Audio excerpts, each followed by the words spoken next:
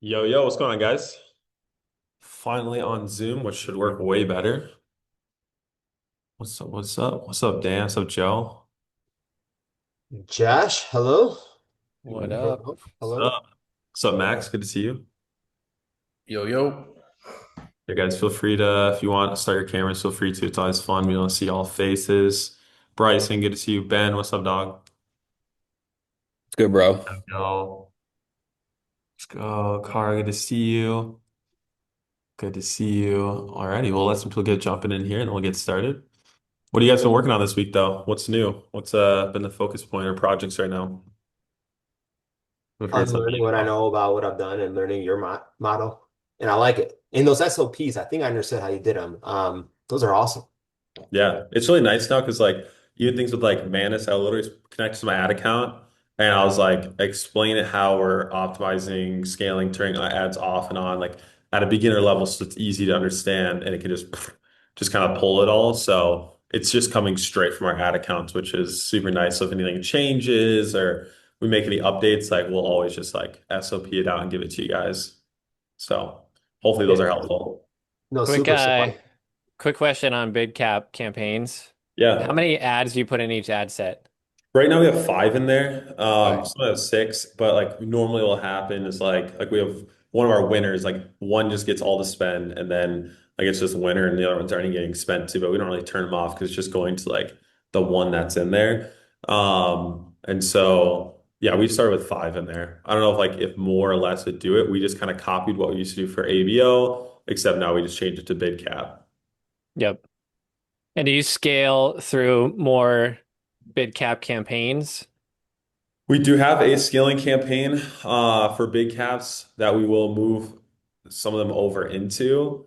Um, but most of the time we are still using big caps for scaling campaigns like all the way. Like we used to have some of our ABO and we had some like CBO, but then talking like affiliates and what they did, like I just brought in Jordan, who's like a top affiliate, and I was like, yo, teach us how you do your thing. And we just started doing that for everything. And so I asked him, I was like, is it work like where when do I not use like big caps? And he was like, he's like, I don't know. We just kind of use it for everything, even for testing, for scaling. So we did have an initial stage where it wasn't spending, like it took some time to spend. But after like 5 days, it was actually like spending to it. So I think it found its pocket of the market. And then obviously we're testing the different bids, so that helped as well. So yeah. Yeah, I'm Hey, gonna do very I good. was gonna say I want to do a lot of testing with it, but it allow for I can come out of the gate with a lot higher budget and like be confident that it's not gonna overspend and Yeah. then just let it find its sweet spot like you said. So that's kind of exciting. Yeah. It's so nice for low take because we actually like it's kind of like e-com where you know how what you're selling, like you're getting a return day one versus like if you're doing a call funnel or whatever. You don't really know, like you could set like what you want, but then what if that's bringing in like bad leads or it just takes longer? But we know right away, like we want to spend this much because I want my return to be this. I can spend this much. Like for us, our allowable CPA for us to be profitable full funnel if Ascension's at 3% from front end to high ticket is $60. So our highest bid is like $60, even though our AOV is 40. But because we know we're willing to spend up to that, because if the back end maintains KPI, then we're fine. We're not losing money. So once you know like your allowable CPAs is two with low ticket, it's nice. And then we have bids at, $50 and 45. And we obviously are bidding for lower, but we still bid for like our top like allowable CPA, like the last kind of line we're willing to cross just to see, because there is an argument to be made that the more you bid for, the better the customer supposedly, or you're getting like I don't know. Like, who knows? That's just the art. That's what people say. I think that's the story we create to explain it to ourselves. But who knows what Facebook's doing? Yeah. Like, who knows, man? But that's what I tell myself to make myself feel better. But yeah, what else you guys been working on? I got a question on the SOPs real quick, Josh. So all the files that you uploaded, do we just download those, upload those into Manus, and then do you just when you use Manus, do you use like one or two of the skill sets, or you run it all at once? Yeah, I'll talk. I'm actually going to talk about that a little bit because I realized like I was like I should go through and like do a just a call like walk through how I'm using them. The first there's like in on the skills section, there's like a thing that says read me. It's like kind of written down what I'll go over today, but I'll just show you guys how that works. But yeah, you can pretty much have it right. But I'll go through that more in detail for you. Cool. Sweet. Alrighty, we got, let's see, I'm gonna remove it. And I'll remove, you guys will, I'm gonna remove note takers. Don't worry, you'll get the replay afterwards. I just hate when they're on the freaking screen. Cool. All right, guys. Well, yeah, if you don't have your camera on, feel free to. No worries if you can't. Just happy you guys are here. Let me connect my headphones and then we'll get into it. Hopefully it's not super choppy today. Hopefully there's a WAP issue. All right. That sound okay with these? Perfect. Alrighty, guys, so let's jump into it. Welcome to week number 3 of Certified Ascension Officer. Glad that you guys are here.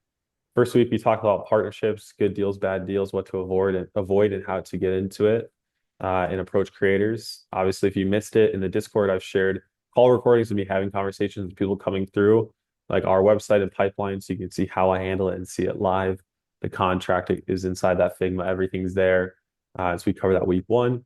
Last week, we talked overview of what we actually build for these creators. So we went into the SOP and the process and the 10 commandments of a low ticket call funnel.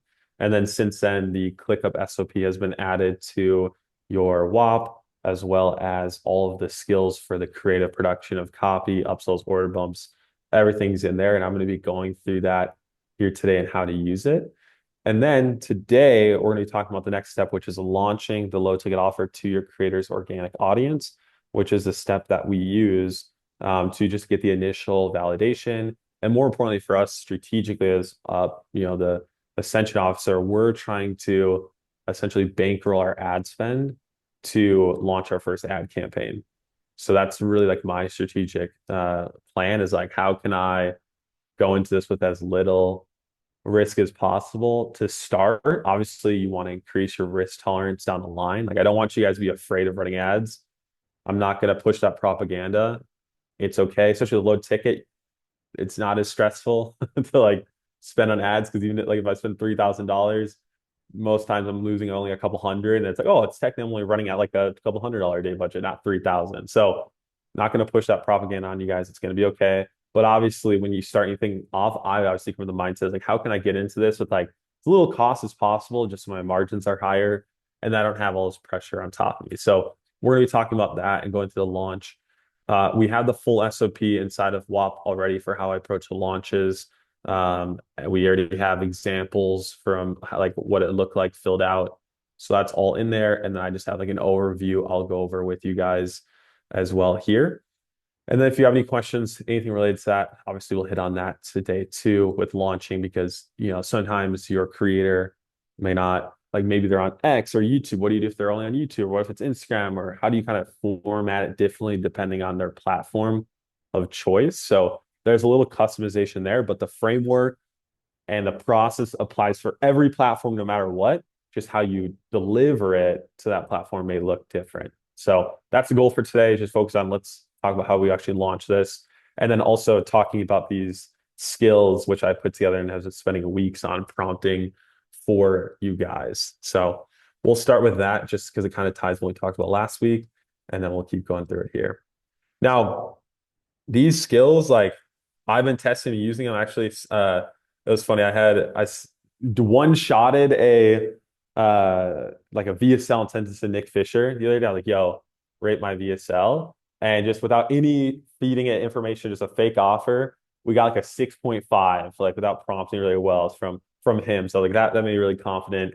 And we've been using this for all of our VSLs and copy. And I literally like I would never write a single line of copy again manually, other than my X posts.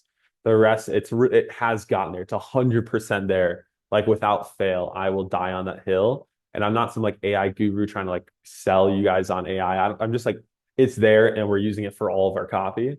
And it's there because of the ability, like the context window's gotten so much better in terms of how you prompt things. And so I don't know, right now, to kind of help you understand the tools I'm using, right now I use Claude for all things copywriting. So anything written word, and also I've tried it for like a few images, like the images you see in Ascension Officer on like the portal, that's all Claude too. So I have used for images. And then for Manus, I'm doing things like, for example, the Ascension Officer website was all done through Manus. So anything that's like website or whatever, and like SEO, I did use Manus for that. So some of the bigger projects where I want to like host something like our financial P&L, like the dashboard for like pulling in data. So any dashboard, visual website, I use Manus for that right now. So that's my tools of choice for most of what I'm doing is bigger projects, visual websites, dashboards, things like that. I'm using Manus. And then I'm using Claude for all things copy. And then yeah, like with Manus, it literally like has a database. It has like dashboard for stats, right? You can see all the stats, the visitors.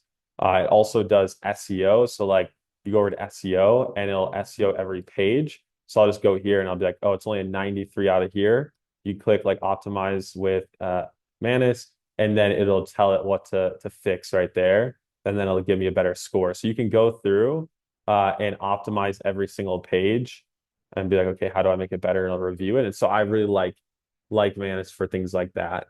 Our financial P&L, which is like I gave you guys, there's actually a skill I told to make a skill where you can go into your Manus, use the skill that's inside of WAP, which again, you guys call it custom GPT, whatever you want. That's Claude's version of custom GPT. And it's trained on like my UI for this dashboard, how I have it set up, all the integrations. And so I have like our revenue tracker on a custom domain. I have all of it set up for like the database and the API keys. And so I'm mainly right now, like I used to have to use Google Sheets for all of my reporting and make it custom to this or that. But now you can just tell Manus what you want. It'll tell you what API keys it needs, and it'll feed it all into Manus so that you can do all your like tracking reporting from the meta ad like API code, your Go High Level API. Anything that's an API, it can connect to or find a way to connect to it. Our Stripe, our PayPal is connected to it. Everything, so we can see fees, refunds. It's all just automated just by telling Manus to do it. So anytime I'm trying to do reporting, analytics, dashboards, or websites, that's Manus. And images, like it's really good with like mockups and images. Everything else right now I do on Claude. So any of my copywriting, market research, stuff like that, I use Claude. My reasoning, I don't know, I just like Manus is more expensive in terms of like if your credits, like let me see my credits. Like I have this month, I kept adding on more credits. I started the lowest plan. Now I'm up to like the 85,000 like credits. I don't think I'll need that many next month. I was just building a ton on it and I have like 24 left. And I think that plan would be like, yeah, 500 a month, which I'm not going to need that next month. I just need it for big projects I had. So I'll definitely downgrade this because I'm like 100 or I'm at 85, right? It's my current one. Oh, so it's 400 a month. It's just like, it gets kind of like 20,000 credits. I'll probably go down to that because I'm not, if I have a big project, I'll get more. So it's kind of like a project thing versus Claude. I'm paying like a set fee and it's only limited on like the usage. And so I can, I've done this like on a $20 a month plan is what I started at. For the sake of making skills for you guys, I updated to the max plan, which is 100 a month, just so I can like move faster with it. But you'll be able to use these skills without needing that. So that's how I currently use it use case wise. Now, these are all the skills I've created. These are all inside of WAP. And these again are pretty much like custom GPTs, meaning I've pre-trained these skills on how I approach each one of these tasks and prompted the outputs so that's consistent every single time. Now, the way to use it is when you download the skills, you would just go to your sidebar here. So if you go to Claude, you go over here to the left, you'd hit customize, You go to skills, and then you would hit the plus bar here, and you do upload skill. You would drop the folder that I've already uploaded to WAP into Claude, and then the skill will be ready to go. So that's how you would use it. Now, inside of WAP, on one of the first tabs here, let me go into this.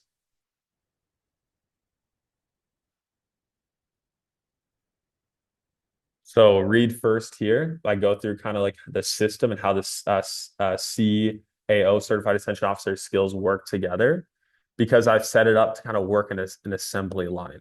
So I'll kind of go over this as an overview, and then I'll show you guys it in practice. So the first skill I have here is the CMO skill.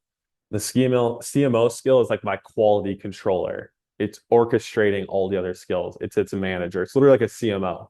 So I've trained to think like a CMO, act like a CMO. It's quality controlling all the skills underneath it. So think of it as like the boss. So it'll tell you audit stuff, give you ideas, analyze, find bottlenecks, and just also make sure like your copywriter is following and not and like making sure it's staying within the guidelines, literally doing what a CMO does. Under that, there's a couple of skills that I pretty much just looked at. How are we currently taking an offer from nothing to something, and how can I turn it into a skill?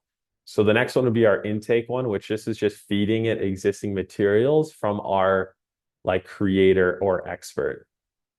Um, Sorry, also I just pulled a chat up so I can see your guys' questions. Sorry, I missed those in the chat. But I have the CEO intake. So this is where I just dump all their stuff. Now, originally, how I was doing that is I would use Poppy, and I would just like treat Poppy as like my Google Drive intake. So like here for one of our projects, you can see I would just like put everything into a giant board like this, and then I could like reference and pull from it. But now I can just feed this all into my Claude intake skill, and it'll keep all the data and pretty much do research on what your creator already has. So the more you can upload, this could be their content, their funnels, their websites, whatever it may be.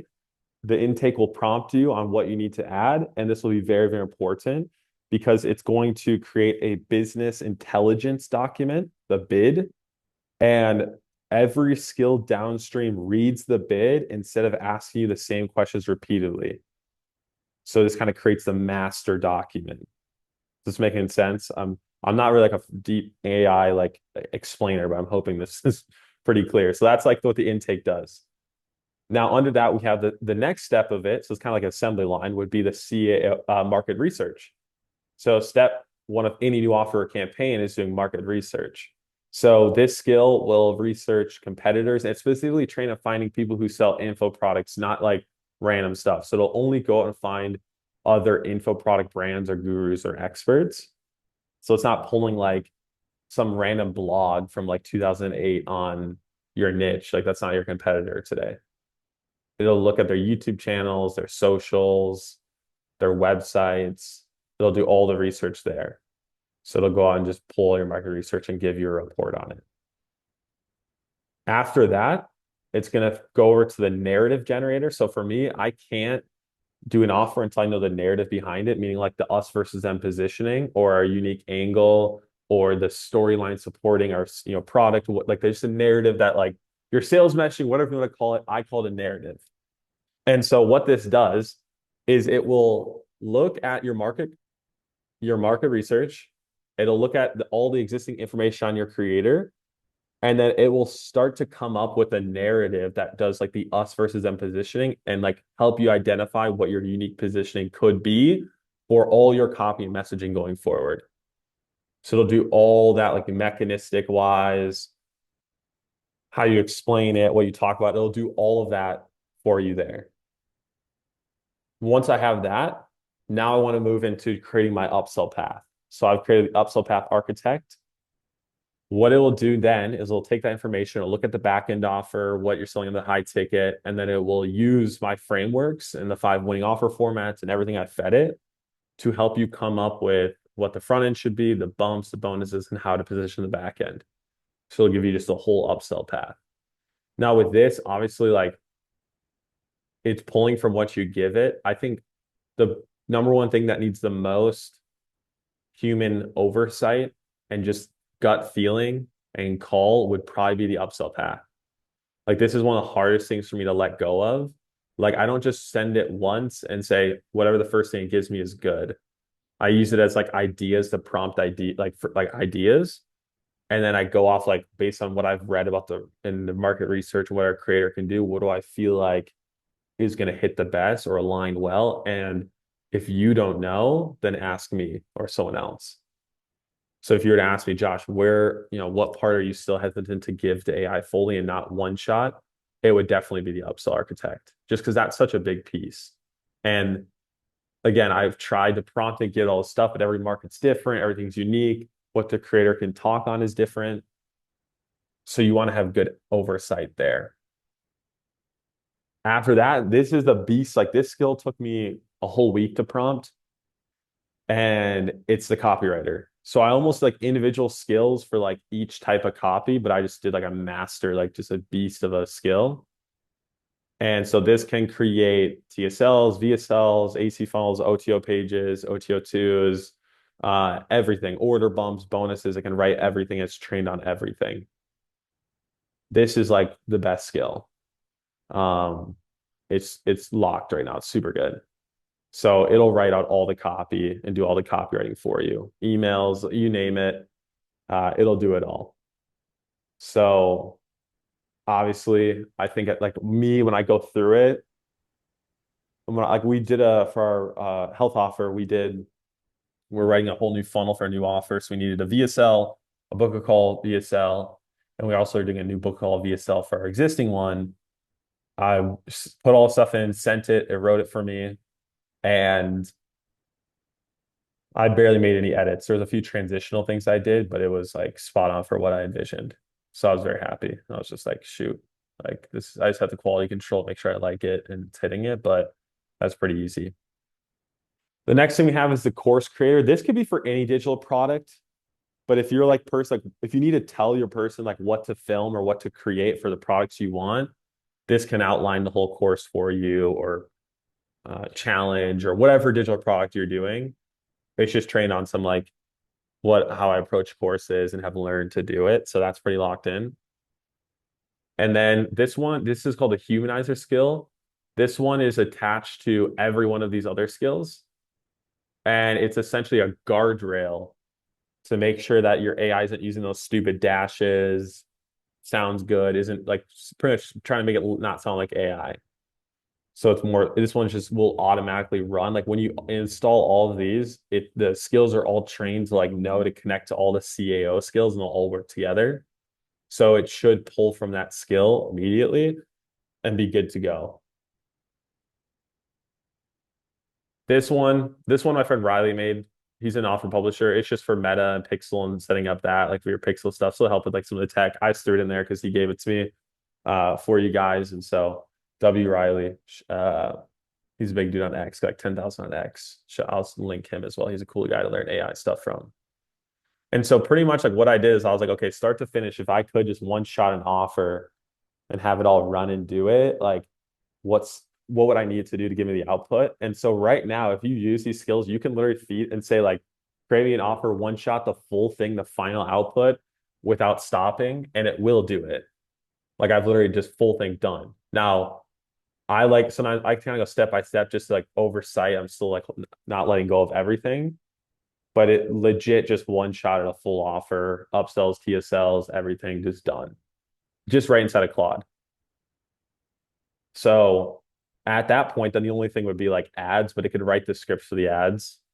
You could use Higgs field for statics or Nano Banana, other things for that. So like that's pretty straightforward. But the biggest part with what we do is like copy. That's always been like the biggest bottleneck or hardest part.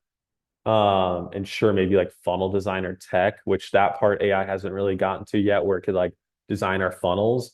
But I know Gustin's son is working with Go High Level on like a pretty much like a lovable S thing for high level, where it'll use all their elements and do that. So once that's live, which I bet they get that done in a few months, that'll be sick. Then I'm like, Can't shoot, wait. like that's fire. Cannot wait for that. That would be freaking game changer. Because Bro, yeah, that's imagine. it's the most annoying because yeah, if you could just use Claude to generate the copy, I'm always like, how can you go from this Yeah. to live as fast as possible? And the bottleneck is always the funnel. So if it actually works, their current one is terrible. If it works, Yeah. it'll be amazing. They need to like This is actually be like custom fully, like they yeah. need to get that dialed. Josh, when you I say was gonna funnel design, or sorry, go ahead, Zach. I'll say it as no, you go, Joe. when you say funnel design, Josh, are you referring to like going in there making the funnel yourself, or is that what the AC model is for? Or AC funnel Well, design, right? I mean, AC is a template, right, that you fill in to this page structure. But like normally when you build an offer, you have to like go into high level, you have your sections, you have to paste the copy in, do the margins, you have to add the static images and just like the layout, the visuals of the page. That's what I mean by design. It's like templates help with that, but it's still a step that's like I still don't I do it, so I have done it, and obviously I've hired designers to do it too. Like normally my workflow would be write the copy, then I would hand it off to Rezwan, which I've talked about in Offer Publisher. He's my funnel designer. He would take the copy and then he would go into Figma and he would design the full funnel inside of Figma. So like he would design everything inside of Figma and I'd tell him if we're using AC or if we're doing like a custom page. And then like you can see here.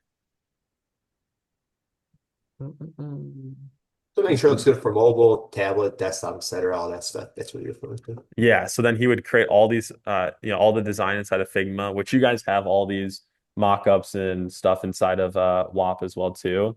So you can like use these as assets or examples, but he would design everything inside of Figma, and then I would give any feedback, and then he would go into Go High Level, and then he would have to manually install all these graphics and make sure it like fits inside a high level. But what would be nice is if I could just upload this Figma thing or just like an example, and then boom, Go High Level just sets that all of itself. Like that's what they're trying to build. And so right now, like there's still the step of like uploading your photos and doing all of that. And so that was my workflow before. So the only thing I'm missing is really that. I have tried like I was trying with Manus, like can you create with HTML? Like that's been one workaround people try to do where it's like using HTML to make it and you can paste the code, but that's just annoying to edit because you have to keep going back and like changing stuff. So I was trying to get Manus to crack it. It just was not hitting. I'm trying to find a better example of some of the So it's like it's not terrible, right? You could do it. Like you could paste this and put it in to like high level and like change the links. But let's say I want to edit this section, I'd have to go back to my code, hey, change this one section, and then repaste the code. So it'd still take a lot. But as you can see, like AI Not is worth almost it. there to be able to like, yeah, it's just not worth it. Like at that point, I might as well think it's just a I think if you like one thing I've seen people do is if they want to launch something really fast, they'll use a tool like Manus or Lovable and they'll literally just build the front end website yeah, and they run traffic to the website and they redirect to a thank you page. That's probably, in my opinion, like, or to a checkout page, and then they take the yeah, payment on the checkout.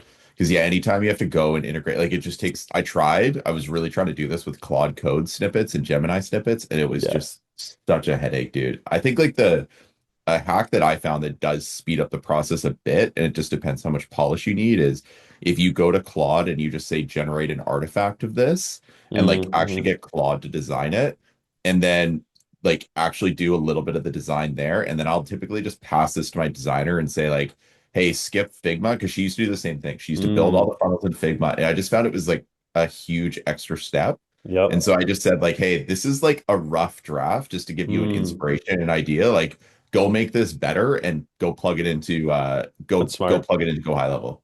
And like that's kind of a good middle ground, I would say, if you're like it depends on your timeline, right? Yeah.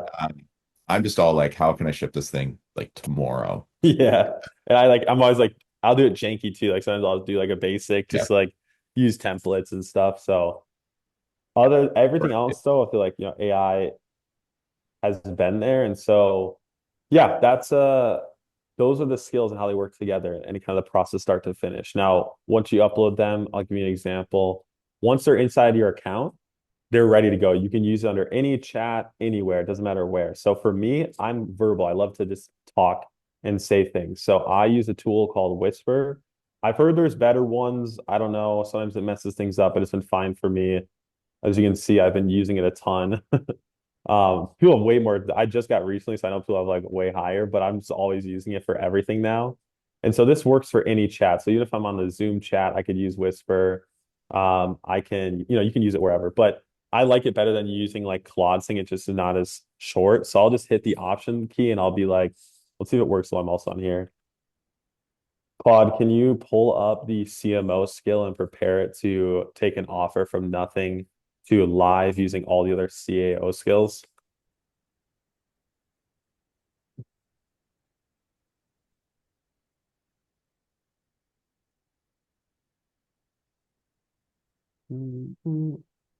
Josh, when you do this for a client, do you put all your stuff or for partner, I guess. I Mhm. keep gotta get that word out of my vocabulary. So funny when me and my I partner know. talked about this, and it's like they're not clients, like they're partners. It's Yes, such a it's shift, right? hard. Yeah. Um, but do you just literally load a project up with all their details and everything and then run the skill there, or do you normally just literally freestyle it with a quad chat? I haven't done the project yet. That might be smart actually. I've usually just had just like a one chat and I just kind of treat that as my project, but Okay, okay. that wouldn't actually hurt, I guess. I thought skills kind of replace projects in a way. Like, like you could even like use the skill creator skill to like kind of because like with my intake one, it's like creating that bid file, which then it references for everything. So it's kind of a project, but I guess Yeah. for organization, that's kind of smart. And if you guys, he's talking about the projects over here, so you can come over here and be like, create a new project and then host stuff within it. So before, like when I was like Jason Fladlin, right? It's like one thing I made, I like uploaded this framework here, and you can like upload, and there's a capacity, so you could just like stay within this chat, but I haven't done that yet. I think the only bet like it burns a lot of tokens. So if you don't have a max account, I wouldn't do it. Okay. But the thing that I is nice that I found is like if you have, let's just say, a one-on-one call with your partner, or they have course material or different things like that with like case studies and all the citations, and you say like, hey, go look through this product knowledge to like arm yourself with everything about it. It will go through and search. And if I use Opus all the time, so I burn through tokens like crazy, but if Mhm. you're using Sonnet, it's probably a bit better, but that's like a good, then you can use all the skills alongside the basically the partner's knowledge and like their brand, their testimonials, everything like that. So it just pulls it all in. Like it does some crazy shit. I'm Yeah. building this webinar and it will like read through mountains of transcripts and pull up case studies and stories of like what people have Yeah. said on this guy's coaching calls and throw it into the webinar, which is really cool. But um That's yeah, fire. it burns credits. Like that's the big Yeah. thing. It's a lot of credits. Hey, Zach, something I'm gonna test it doing is using it inside of like coworker code on desktop and then like create a separate file for each one of my partners and then have it access that file with the skills. So it can actually like create Yeah. stuff and pull from it. So I'm gonna use it versus like using a project in I browser. tried, man. I wouldn't do it. It doesn't work. Okay. I All right. tried I tried using code to build a webinar and I had like a full folder that I was running and honestly, it was just such a headache. It was especially if you want to go, I think it depends how automated you want it, right? Like if you want to just one shot it, probably doing like something like Cowork or Claude Code is great. But at the same time, if you're like, oh, change this or do this or update this, like it just hallucinates. I found way more, and it was way more. I tried to build a webinar, and it was way more of a headache trying to do it through Claude Code than it was just going on Claude with a project and having skills and going bit by bit by bit. So Cool. Good to just to Yeah. know. save you like a Save mountain of tokens time. too. Yeah. I've Yeah, always chunked exactly. it. I've chunked it down. Like whenever it's a webinar, it's like if I'm using Jason Fladlin's 14 step, I literally just go one step at a time. Once I like Yeah, what it is there, I move it to a doc. All right, next step, move it to the doc, edit on the doc, and kind of do it that way. And that's been pretty quick. exactly. Yeah. So, yeah. So as you can see here, you can see it reads the CMO skill right away, and it has it fully loaded. So you can literally go into any chat and start using these. It's trained to go through the assembly line as if it was a new offer. But let's say you just wanted to talk to the copywriter skill, you could go over to your chat. Hey, let's open up and start using the CAO copywriter skill. We're going to write a new VSL. And then you can go in here and it'll find it. So it's going to take a second to search the skills and then pull it up. And then that's how you can start doing it. So you can see it's reading the copywriter skill, getting its context window, and then it's good to go. Now, so yeah, it'll ask you like what offer, give some stuff. If you have existing docs, you throw it in there and it's like it's good to go. You could also just like one shot it and like see what it comes up with. And it's pretty decent. Like when you see out there, oh, it's not that bad. Um, but obviously the more you can feed to it, the better. So those skills are all there. Literally anything written wise it's trained on to do. Again, I think for us, again, we're assemblers and quality controllers. So still a quality control the output of everything and to look over it, read through it, use your gut feeling, the marketing of like you've all been learning marketing for a long time. Been trained, you've got stuff, you picked up on stuff. You should know your market. So it's just good to have that extra insight. And sometimes like gut feeling leads to some of the best outputs. And so I still think there's value in just at least knowing what you're putting out there. Like you should at least know what your ads, so you just have like your own context window instead of just going at it blind, because then when there's bottlenecks, you can come to a hypothesis of being like, oh, the ads, the copy output is more to an aware state or unaware state. Maybe it's missing the mark, or maybe this or that. It's hitting a pocket in the market that's not as aware. We need to chunk it down. And so, yeah, like Bryce said, you still need to be a good marketer and have understand the basics of it. But this just speeds it up instead of you having the writer's block and stressing throughout the whole day. Um, this will this will at least get you up and going so you can just be a good marketer and edit things and copy chief it. So yeah, use those out, start playing with them. Obviously one of the ways too you can do is like when you go into your skills, when you have them on your end, is you can update them with Claude. So like if I wanted to, when I was prompting, if I didn't like it, I go over to the three dots, edit with Claude. It'll open up a chat. All right, you like this, and then you can start editing this skill and changing the outputs. So you can do that too. It's on your account, so it won't affect my original files, so you can edit them. And then also in the future, if you need to create skills, you just use the skill creation skill that Claude already has inside your account to do that. So they've already like uploaded and installed a skill creator skill down here. And you start with this one in your own chat, and then you start feeding it the data and stuff you need to make your own skills. So that's how it works. And then literally for me, again, I just use the voice. I just use Whisper. I talk and tell it what I want and go through what I want to give me. So like, let's see, just an example. When we were doing yesterday. Yeah, so like I'll just yap at him like, okay, I feel like it doesn't really follow the winning format that well. The hook says his name. You can go off the rails a little bit more. Obviously, I like most of it, but the hook could be better and create a better hook pulling from your swipe. So I've trained the copywriter to actually go to my swipe file, find an offer that relates to maybe your market, come to the conclusion on the awareness of the market and if it'll match, and then pull from the swipe. So you can tell it's like, hey, go get another idea from your existing swipe file, and it's already trained on a bunch of swipe files. So that's another thing that helps with it too. And then I'll just kind of give them like the feel. So I was like, the purpose of that is when they go into the mechanism, this VSL, what we want them to feel is, oh my gosh, kind of self-diagnose and pretty much knock over their options, why it hasn't worked, explain why it hasn't worked, and make them feel like, or make I was yapping into it. This or that. You can see I'm just yapping, and then talk about what the real problem is. Make them feel like, man, where's my body out of balance? Where are the hidden imbalances in my body? I need to figure this out. I need the assessment. So I'll just like talk there. How do I want to make them feel in the VSL? That's really how I talk to my AI. Like, what do I want someone when they're watching VSL? What do I want the beliefs to install at the end of the VSL? What do I want to feel? Once you talk like that, then the VSL writer is like, oh, okay, I got that. And so it'll kind of come back to me and tell me. And so then I'll keep going back and forth with it. Um, and then let's see. Yeah, then it'll give me output in text. I'll take it to the doc and change it. And this was like working on the close individually. So those are just some ways I prompted. It's just verbally on just what you want them to like feel watching through it. And I feel like that gives a really good output, just a feeling. Because that's all we're doing in marketing. We're writing like ourselves. We're like, what beliefs I want to stall or arguments I want to make, and like the sequential order of events. Or sometimes I'll tell my AI like, if I know taking someone from zero to like believing in what we believe in, there's a certain step. Like first I need to get them to believe this, then this, then this. And I just know that from my manual work or knowing the market. I'll tell my AI that so that I can emulate it and go through it. So just be thinking about that too as you're prompting it. I've found that's helped me a ton. But again, the skill is pretty beefed up. So there's lots of swipes and examples in there too to write from. Um, let's see. Yeah, so those are the main ones there. It can write ads. It come with that. it can pretty much hit on everything. So if you feel like there's any limitations or like you have an update like ideas, like either you just update them on your own or just let me know, we can add it. Or if there's other skills where it's like, yo, like we need this skill or whatever, just let me know. Or I'll just like anytime I do something or make one, I'll just add it to here. It's kind of what I've been doing. But for the most part, this hits on like our whole process of like what we need copy wise.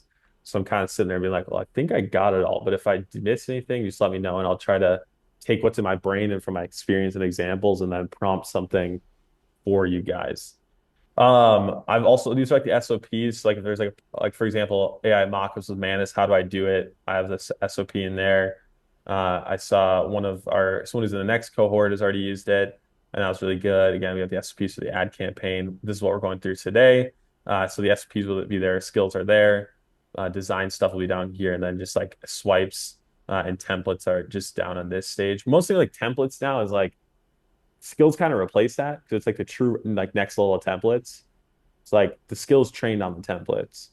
So I was like, I don't really need to really put together templates because you just go into skill and be like, write this. And like if you go and say write an abandoned cart sequence, my skill already has a bunch of those in there. So it'll just reference those templates and put post purchase, boom, webinar pro. It's already in there. So that's why there's not like a bunch of like individual templates. It's because they're all in the skills. So just know that if you're looking for any, like, let me go to skill and get it there first. But also have what's good too is like have examples. Like maybe you wonder like what it should look like put together. Then I'll try to add those examples too. So these are just some ad libraries as well. So those are the updates, how to use them. Any questions on the skills, how I'm using AI, or anything I haven't covered before we jump into the next bit of this? Yeah. So do you go in order? Like, is there an order you go in when you use these skills? Yeah, so if I'm from a brand new offer, I would go in the order of like how the skills are laid out in there. So it'll say that at the top, but it'll go from let me see if it's in here. I think it's at the bottom. So it's kind of like the flow there of like the order, start to finish, depending if you have a brand new offer or something that's like existing. But normally it would just go start to finish. So I'd have like the CMO skill ready and overseeing everything we're doing. It's already triggered to pull that in. Then you go to intake, get the intake stuff in, get the bid. Then I do market research. The market research feeds into the narrative generator. Based on that, once we have our positioning, then on the upsell path. Then this was trained on how to write all the copy we need. So you can stop it if you want.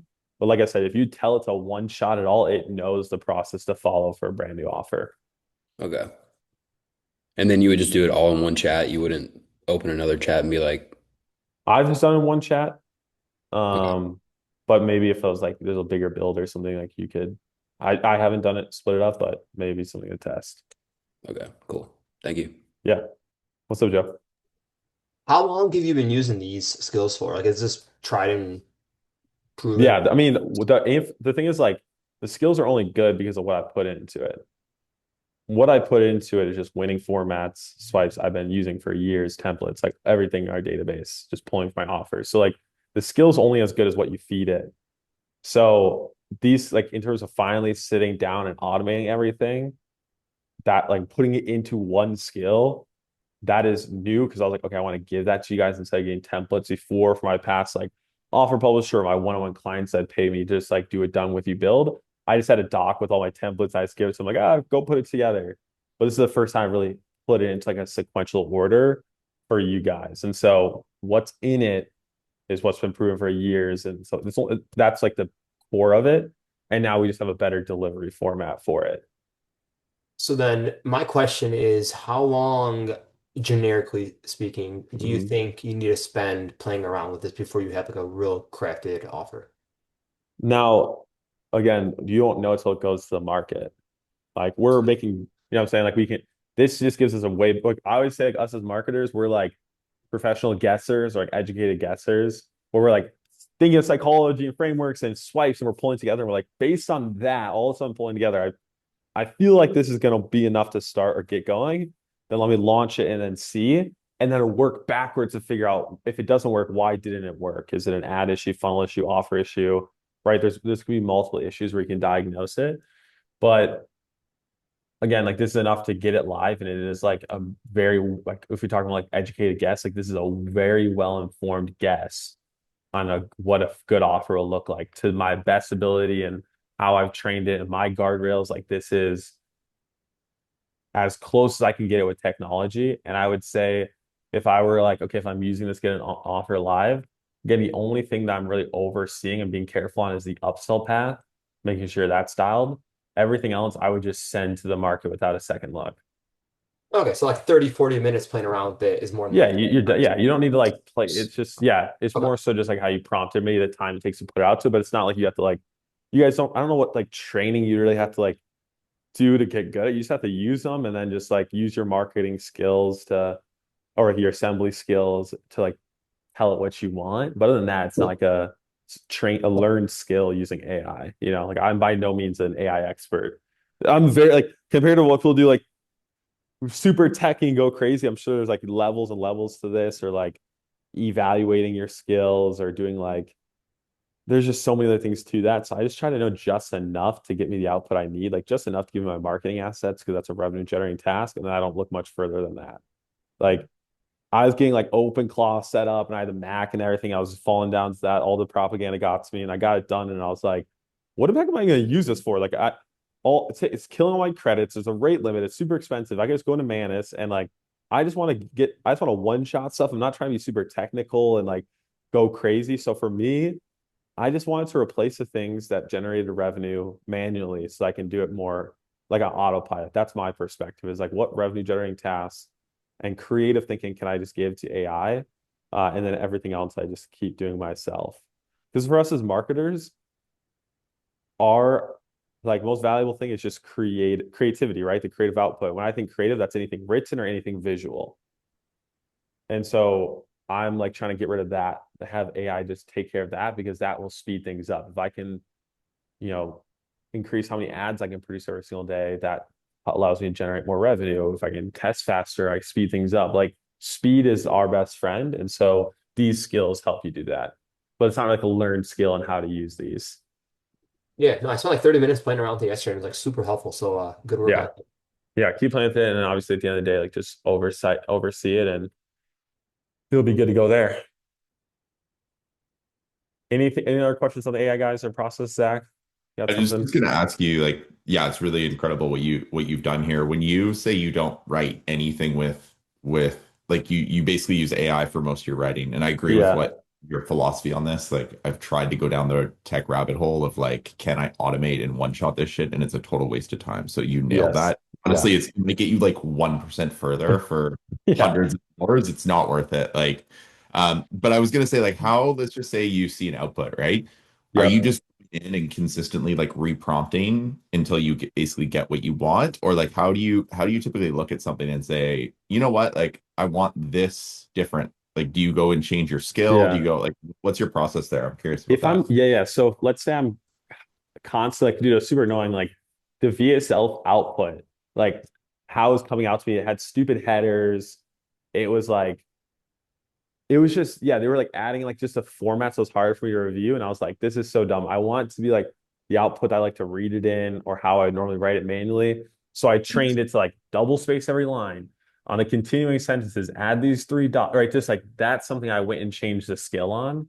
So if Yeah. I'm using it and I'm repeatedly seeing an issue where I'm like, gosh, I keep having to retell my AI something I don't necessarily need to be custom, then I'll go change my skill.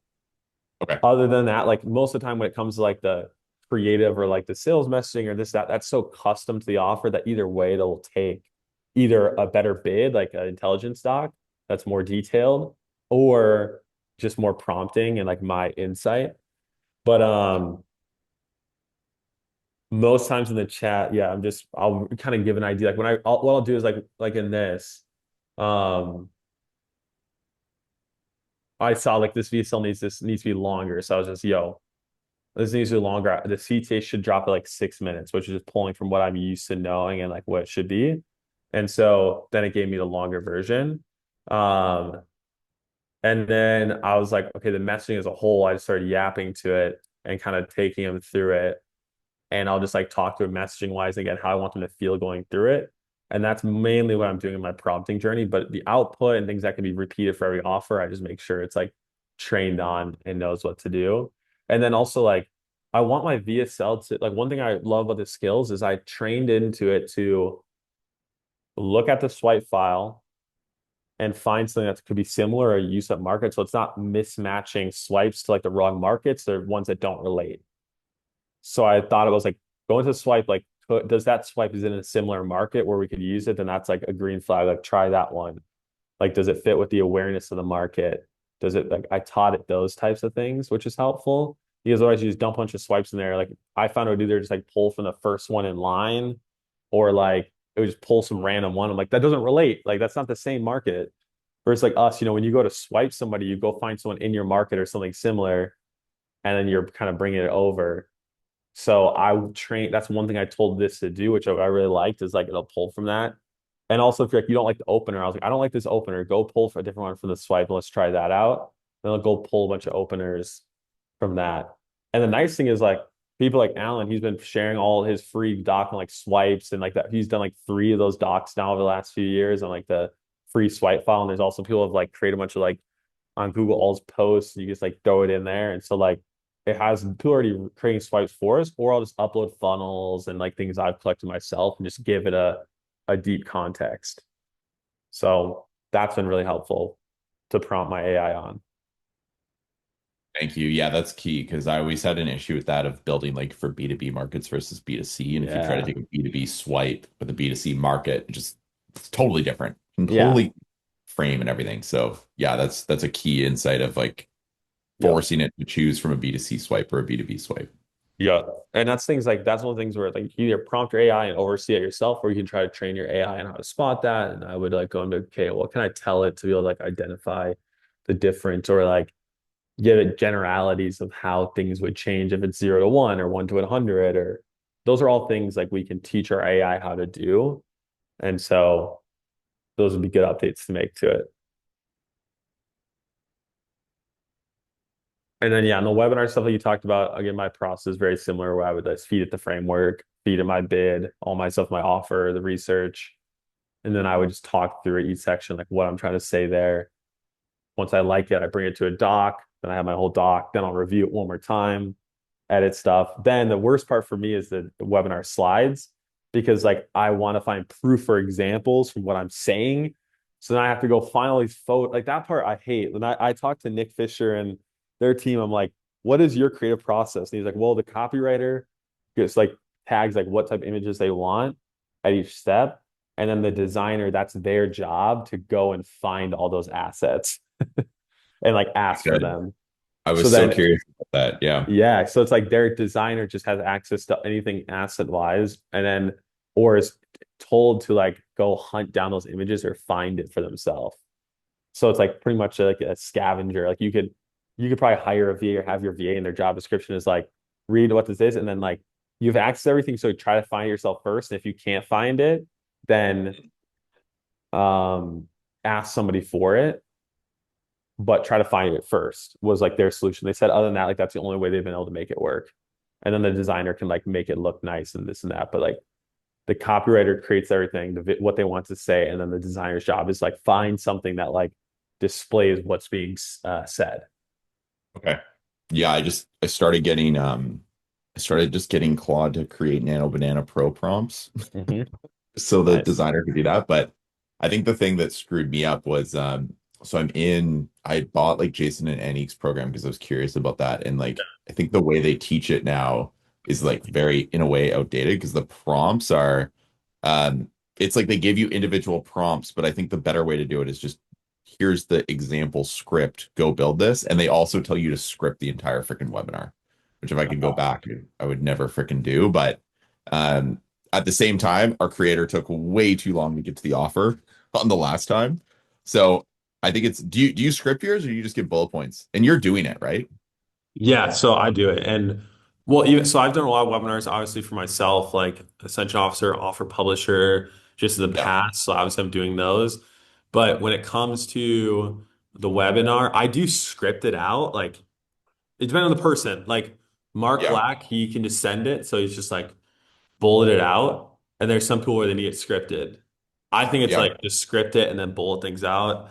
I know like But Iman Gadzhi was talking, he's definitely someone who can like full send, but then you could accidentally say something that then just like you introduce an idea too early that then adds complex like too much complexity and then that kills like later it was gonna be handled later on.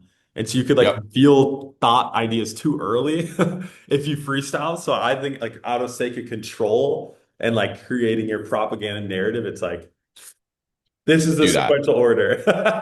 Okay, cool. Do you have any one of the things I'm curious on that on the webinar side, do you have like a skill or a process for actually putting what words and everything on the slides? I tried to like train a little bit on example decks, but I Mhm. always find it's like Oh, on the freaking slide is weird.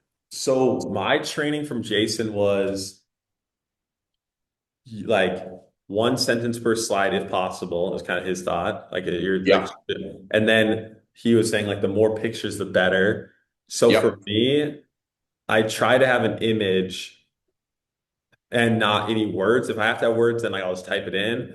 But my first Okay. thought is like, could an image represent what I'm saying instead of wording? Like I like even look at like Iman's Ah, webinars are really good. It's very visual and like there's no like maybe one word to point something out, but it's like you're already speaking and they're listening. So the wording isn't huge. So for me, ideally my webinar is just a bunch of pictures or design and then not adding as in any wording to it because most times they're not sitting there like reading on the screen. And if it is something I want like one word or like bullets, like without this, without that, I'll have that. But yeah. even then, I'm gonna cross out those things and make it visual. Yeah, okay.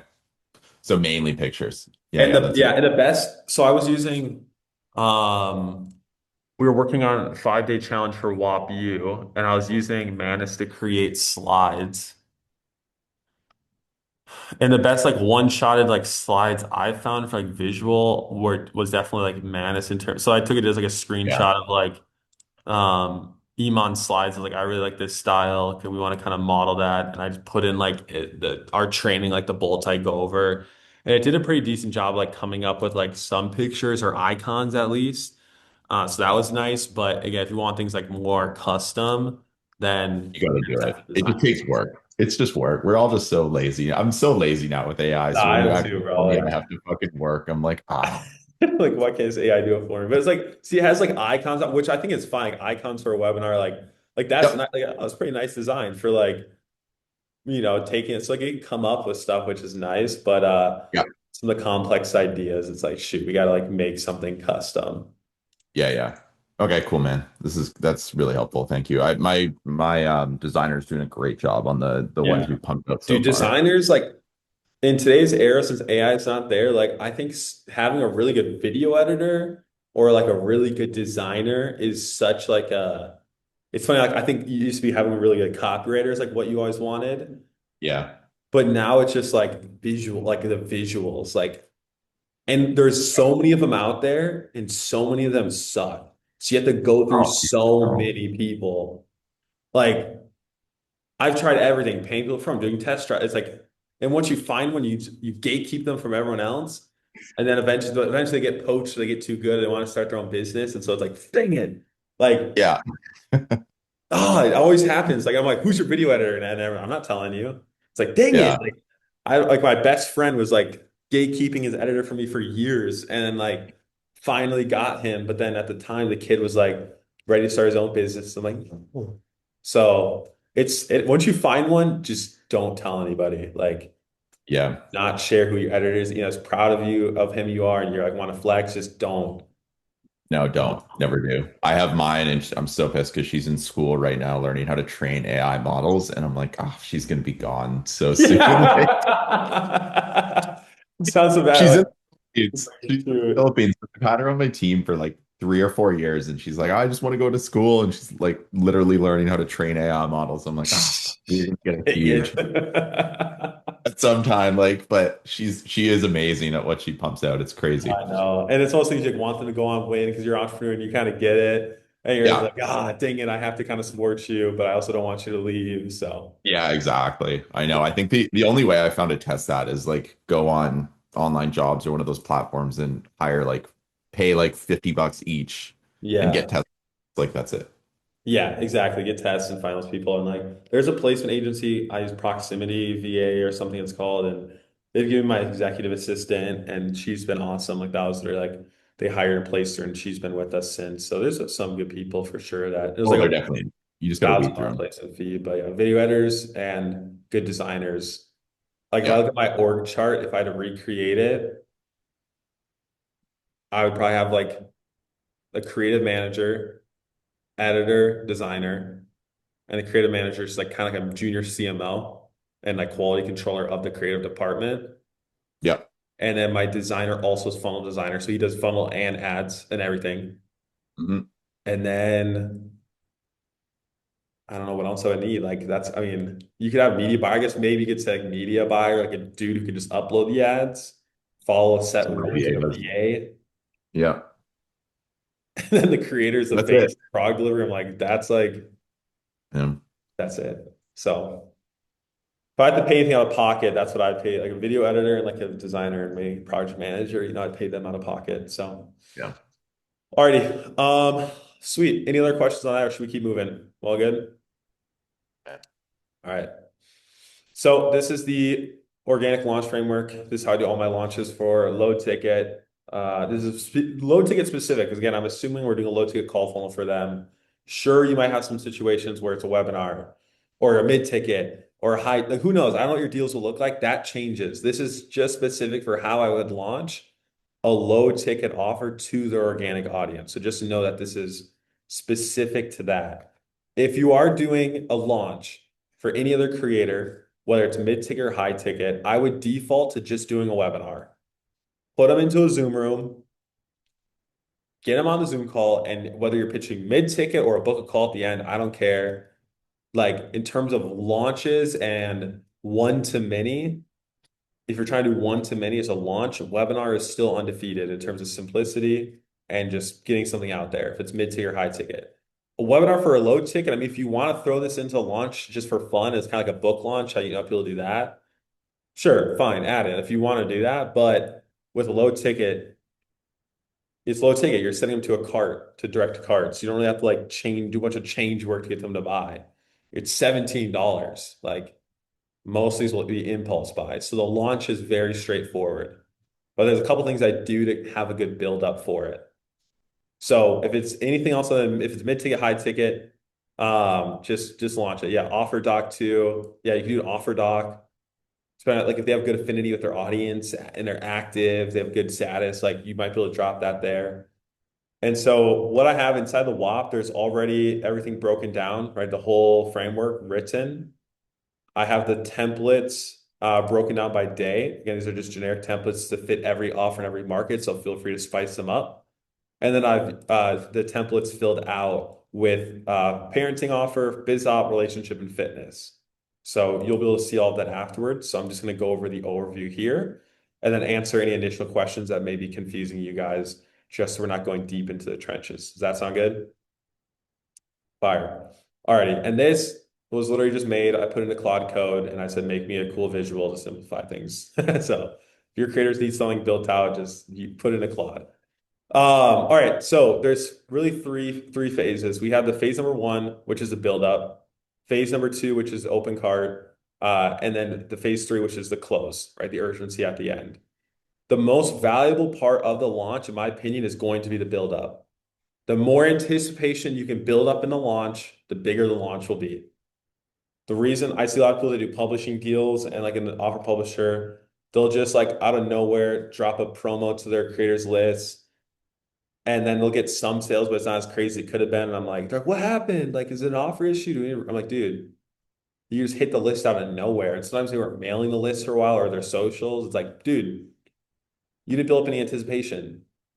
And so most of the selling is done in the anticipation, just purely hype, urgency, curiosity. Like that just gets people locked in. So for some of you guys here, if you've been on my personal list for a while, I've done this too, where for like weeks, I'm just getting you guys to agree to problems that you're like, yeah, those are real problems. And all of a sudden, boom, a solution drops. I'm building up anticipation. So if I have an idea for our list, like we're like weeks in advance, I'm seeding like propaganda, propaganda. It's just propaganda. Like it's propaganda we see as a bad thing, but literally they've re propaganda got renamed to PR, which is public relations, which is just dealing with and managing the relation between you and your market. And we do that through written words. So again, I don't say propaganda do bad stuff. It's just what it is. It's propaganda. The goal is to see propaganda. And so here's how I do it. So the first 3 days is strict curiosity. So I'm doing like, hey, something's coming, and I show no details. There's no explanation. These are short emails, short posts, short stories, short X things, screenshots, teases. Like if I wanted to, like, if I wanted to just like teasing or whatever, I could go to like my website, right? If it was like a new website, and I could just, take a screenshot of the page or like blur it a bit and be like, something's coming, work on something big, right? Or like if I had like, like WAP, we had the awards and we like took kind of a screenshot of it and we're like, yo, working on something big. And it's like no details, nothing else, just something's coming big. Strict curiosity. So in the templates, usually what it looks like is literally that, hey, I've been quiet for a while, I'm working on something, or I'm in the trenches right now. Like it's just classic, just like stuff that you may be like, that's so dumb. But like, think about times you've seen people hit you with that on their socials, and you're like, I wonder what they're building. Like, it works on everybody. You will always fall for it. Anyone you look up to, follow, or whatever is like, working on something cool. Can't wait to show you guys. They're leaving the biggest open loop. And you're gonna, even if you might not buy it, you were like, what is it? Like, what is it going to be like? Freaking, who's that guy who does look maxing and like mogging or whatever? Bryson, you in touch with the younger gen? Yeah, I was about to type it. It's you're probably thinking of Clav, clavicular. clavicular. Yes, yes. He like dropped some trailer for like his like 30-day live stream or something. Like the streamers are doing that. Yeah. And it's like I even watched the whole thing. I'm like, what is it? Like, what is he doing? And I don't watch Twitch or anything. Like, but I still am like, what is this? Like, we're always gonna check it out. So that even like the streamers are doing it for big launches. They drop a trailer, something's coming. TJR just did this. He's doing a 30-day live stream to sell his stuff, which that's like he's spending millions on that. But I actually consult their operator. So the guy who like is his operator or his publisher, their consulting client, and we built out their low ticket, which is actually at a 5% ascension right now, which is pretty cool. Built out their whole thing. And like I know that that's just gonna print like what they're doing there. Like I'm so excited to see what the numbers are, but they're building up anticipation. So for 3 days on email, where I don't care where your creator is, like Josh, where do I do this? Everywhere. I'm getting my creator to agree to go all in on this. Now, I have had I think Diego, was it your guys? You had a creator who started promoting something else during the promo. Was that you guys? Is Diego here? Diego and Storm. Storm, was that you guys? Is that your creator? I can't remember. It was one of the guys. But we had a situation where he started like promoting like something else or his existing product and got in the way. And that's like a non-negotiable. I make it very clear, hey, and they're doing this because they might have some uncertainty. The only reason why they do that is they're afraid that like what you're gonna launch isn't gonna make money, or they just like need some certainty. So they're trying to like make up some like get some money and like keep their promotions going because they're just used to what's working, even though it's probably not working that well. Like I think the dude was their creator was trying to promote some like $50 a month school thing while they're about to launch like a fire offer, which is gonna make way more. And I'm like, dude, you're probably gonna get like a couple sales, you're gonna make like $150, which will give you a little dopamine. Like you're about to make thousands from this launch.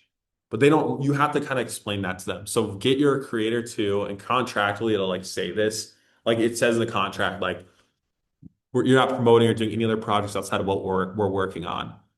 It's only our stuff. And if they're like, what? I'm like, dude, you just got to focus on this. Like we're trying to make you money. Like you can hurt our ascension path. You're not allowed to launch new products behind the door. You can't promote things without asking us. Like we're all in on this. If you're not all in, then like you're not looking for a partner. So I just talked to them about that. So first 3 days, curiosity. Day four through so 4, 5, 6 is going to be the problem indoctrination. Now, I remember Alan did this call in TSLs and he talks about like get them to a good sales letter gets them to agree to the problem, it gets them to agree to the solution to the problem, and then it gets them to agree to the product, which is where they pay. And so for me, like in this, like I know some people, what they do is like with a high ticket launch, maybe or whatever, I've done that on launches where I do like problem, and I talk about the solution, then I drop like book a call or whatever, join this high ticket offer. But for low ticket, since it is just a low ticket price, I just like problem is like I just hit on the get them to agree to a problem. And then I just keep it at that. So I'm just open looping them, just leaving them in a problem state. So these emails have no CTA. The only CTA is you talk about the problem, and then you don't want to just make them feel down in the dumps because they want to read your email. At the end, it'd be like, but that's why I'm like, I'm working on something that's going to fix this, and then leave it at that. Does that make sense? So it's problem indoctrination. What problems? Like, what do I need to say? You could talk about external changes in the world. Like you could talk about how, like, for example, if this is like, I wouldn't do this because I don't know if it's actually true or not. But I could write an email today and I can say because of the war going on, the terrible war going on, the market, this or that, people are afraid when it comes to war, like people aren't as willing to like drop money on like high ticket, like exactly talk about that. Like maybe like the high ticket, they're holding their money tightly. And that could be like, that's why I'm so grateful I have low ticket call funnels because I'm still able to get revenue and customers in the door in a bear market so that when it's done, I have a whole list to promote to without going into red and losing money. That's why you should have a low ticket call funnel. And I've been working on something that's going to help you guys launch yours. Stay on the lookout. It's like, or I can just talk about the warm, like talk about the problem with high ticket. I could never even mention low ticket. I could just say, dude, look at all the issues with high ticket, but I'm working on something I can get rid of it. And then also like, then anytime you hear the war, oh no, is that why my high ticket offer is not selling? Is that why I'm not having, people aren't buying? Yeah, like Bryson said, you're creating conditions. So you can just take external things. You could do internal, right? Them themselves, talk about problems internally that people deal with, whatever it may be. We're just indoctrinating them. And if you're like, what do I come up with? You can start with AI too, pull from your bid and be like, what problems do I need to get them to agree to be interested in what I'm going to sell them. So we could just go into like AI and just have it come up with a general idea based on our market research. Were you gonna say something, Zach? Add in here, Josh. If you guys want to go see like the best example I've seen of this recently, Russell Brunson had this Instagram post that was like mind-blowingly good because it was like about Iran and goes into this. And then he said like, but the most amazing part was this one thing of how he did it without any media or anything like that. And I used this exact principle to make $3.1 million. Go check out my YouTube video. I was No way. He used the war, Russell. That's crazy. literally like so it was I was watching this with my wife last night. Like this is Was it a phenomenal. video? Yeah, it was a reel. I think it was that one right there that This has like one? 50,000 views. Yeah, this one. At 2 in the morning on a Saturday, the President of the United States posted a video on social media saying that the U.S. had launched strikes on over 1,000 targets inside of Iran. The Supreme Leader was in. Bombs were falling, and Congress found out the very same way that you did. With Iran. They watched the video. There was no press conference, no vote, and no debate. By the time you woke up, the war had already started. And the question that everyone is asking is whether this war is right or wrong. But that's actually the wrong question. The right question is how did an entire country consent to a war before the first bomb even dropped? I'm going to show you exactly how the technique works, how I use the exact same playbook to generate $3 million in sales in just 90 minutes. Isn't that fucking That's brilliant? great stuff. That's like I think the best like one of the best loops of like current events to I was amazed. I was like props to Russell, man. Like he is definitely one of the greats. Like that was so incredible. The problem, which is like, it's so valuable. Does anyone know what his call to action is at the end of that propaganda VSL? I haven't watched the whole thing. It's like 40 minutes long, gated. Dude, he needs to have like a button show up. I probably would have bought it. Like, Yes, I'm like, what did Russell? Who are you? I mean, I guess maybe he's expanded his market, but I'm like, I'm not watching this. So, no way. Like, yeah, something on propaganda. But yeah. yes, it's like that's a great example. Like circumstances external in the market makes one the bad guy. Whatever. It's classic marketing, us versus them. But if you go into AI and be like, come with like what could be the problem, it'll pull some ideas for you. So those are those days. Day 7, right? Day 7, what we'll do on day 7 is we'll like say like, hey, tomorrow it's coming. So like we'll do an anticipation like big news coming tomorrow. Like, usually my subject line is like big news. Insights like tomorrow's the day I'm finally revealing it. Check back 10 a.m. CST. Boom, it's dropping. Nothing crazy there. Okay. Still no link, just call to action telling them to check it out. After that, phase 2, starting day 8, the cart is open. This is where money starts coming in. So This day one is usually launch day. It's just a full pitch. Here's live, click here. Guys, low ticket, guys. There's doesn't even be a super long email. Like you look at the template, it's very short. Like the sales page is long. The emails, the trailer to the movie is the TSL, the sales page. Send them to the movie. Go watch the sales page. Don't overthink your emails. That's day 8. Day 9, re-engagement. I usually say, hey, did you miss this? Did you miss the news? Classic subject line. Day 10, FAQ, objection handling. You just do question. A lot of you guys have been asking, question, what about this? Answer, it's a whole email FAQ with CTAs. Day 11, social proof. If you don't have customer social proof for that product, social proof can be your creator's journey and their results. Day 12, we start introducing urgency. Hey, still thinking about it. We're coming down to the end here. Day 13, last chance. Day 14, cart closes that night, and we just end it there. Now you're like, what do we do for urgency? Well, we've done price is going to increase. There's a bonus included in it that's going to go away. Or we just say, hurry up. And we just like tell people to hurry.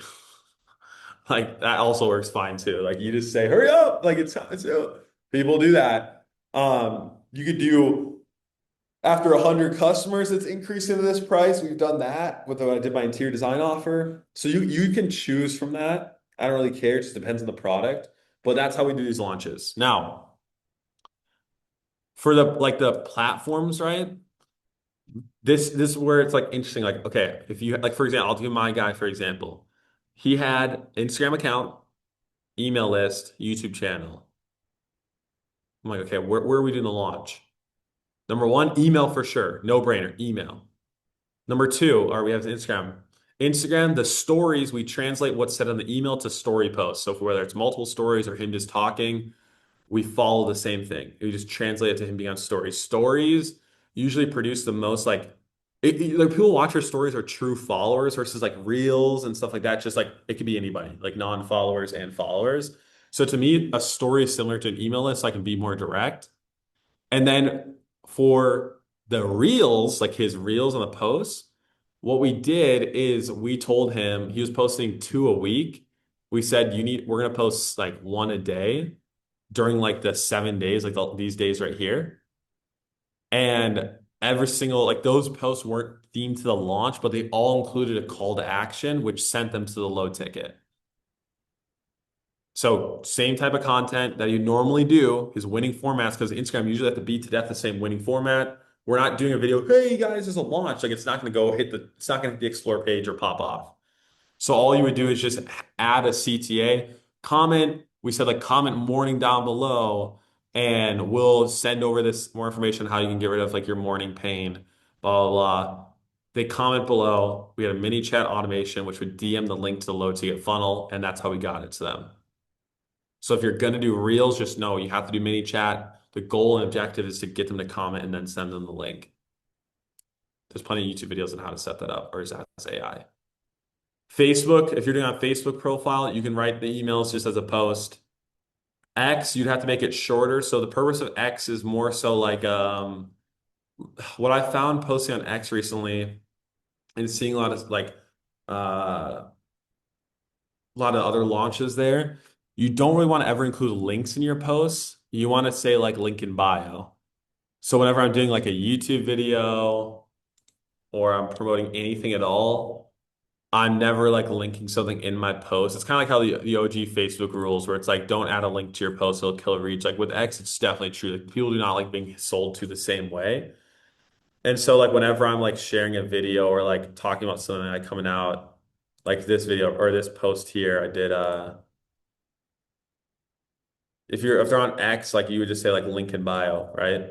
So I don't know how many X creators you'll work with. It's probably rare that you would, but just in case, I'm just hitting on that. But I think if I'm doing a launch on X, I would have like I would just do like a teaser, a trailer video, and then I would say learn more, link in bio, and send them there. And that's how most launches pop off. It's like videos or like a post and like link in bio for more information. Again, I don't think many people will touch X. I wouldn't just work with solely X creators, but if they have one and you want to monetize it, that's how I would do it.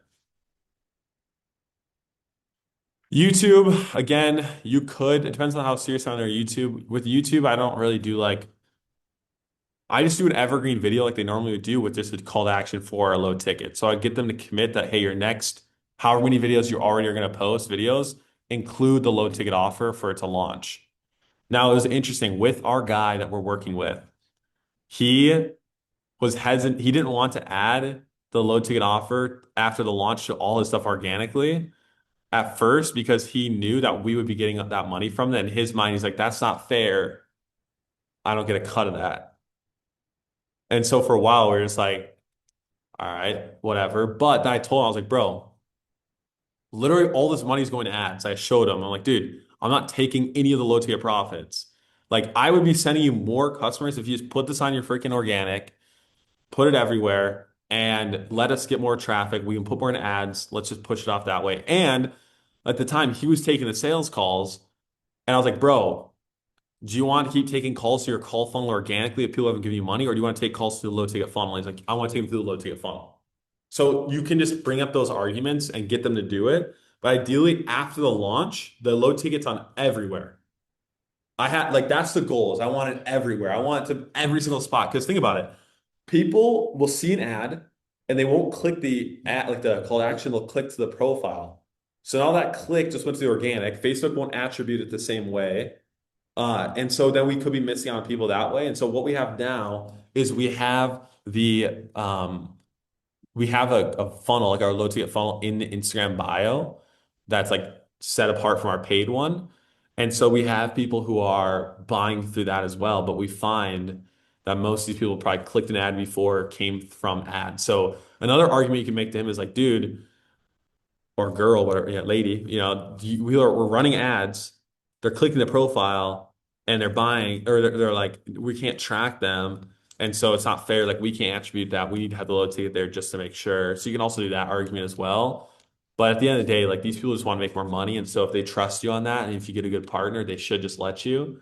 But if you're working with someone who has a bunch of other stuff going on the organic right now, don't expect it to just be like a no-brainer that they'll just move everything for you. You have to actually like explain to them why. Does that make sense?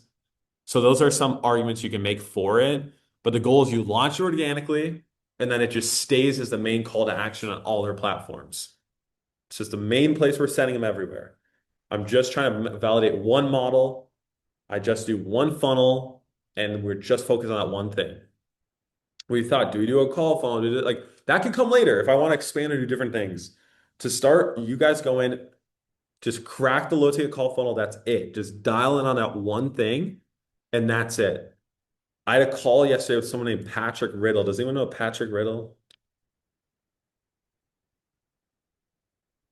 Nobody?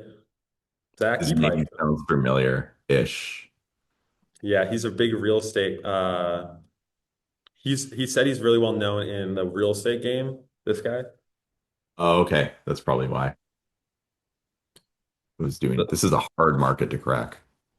Yeah, so Patrick had a call. So it's a crazy story. I was on a live stream and I had Jordan on, who's the affiliate. He was telling me about these ads from Awesomely REI, which is a great ad library. Go check it out. We review it, this and that. I'm like, dude, I really want to figure this out because it's a publisher. And I was like, this is cool. Found out someone sent him the video. He watched it. He comments. He's like, yo, let's connect. We had a call yesterday, almost 2 hours long. Him just like venting, talk. He just wanted to talk. He's just kind of like an old head in the game, just giving game. Come to find out, his publishing company, I guess you publish, you call it publishing, at its height was doing 40 million a year. It's now doing 20 million a year, so it's half what it was, but it's still 20 million a year. And I was like, what is your model? And all what they do, and again, I knew of like me and a couple of people do it. All he does is he does low ticket front end and sends the leads to people's existing high ticket back end, except he doesn't really control that. He just sends it to them. And it's the same model, but what they do, their process is a VSL funnel gated to like a $37, $97 course. He does the same front end, the same bumps, the same everything upsells for all these brands. So these are all his brands. He just stays in BizOp, so he's like a BizOp publisher, kind of like how we're all health. And he does the same funnel for all these people over and over again. He's like, why, why are you so successful? He's like, because we just mastered one process over and over again for every single one of our deals. Now, what's cool is like when you get into the product on the back end. This is what I love. And this is pretty much like in my mind how he's pictured like what I wanted to do in the health market, but I've never seen someone actually do it. So I was like, dude, this is so sick. But when you go in and buy a course, it looks like Netflix,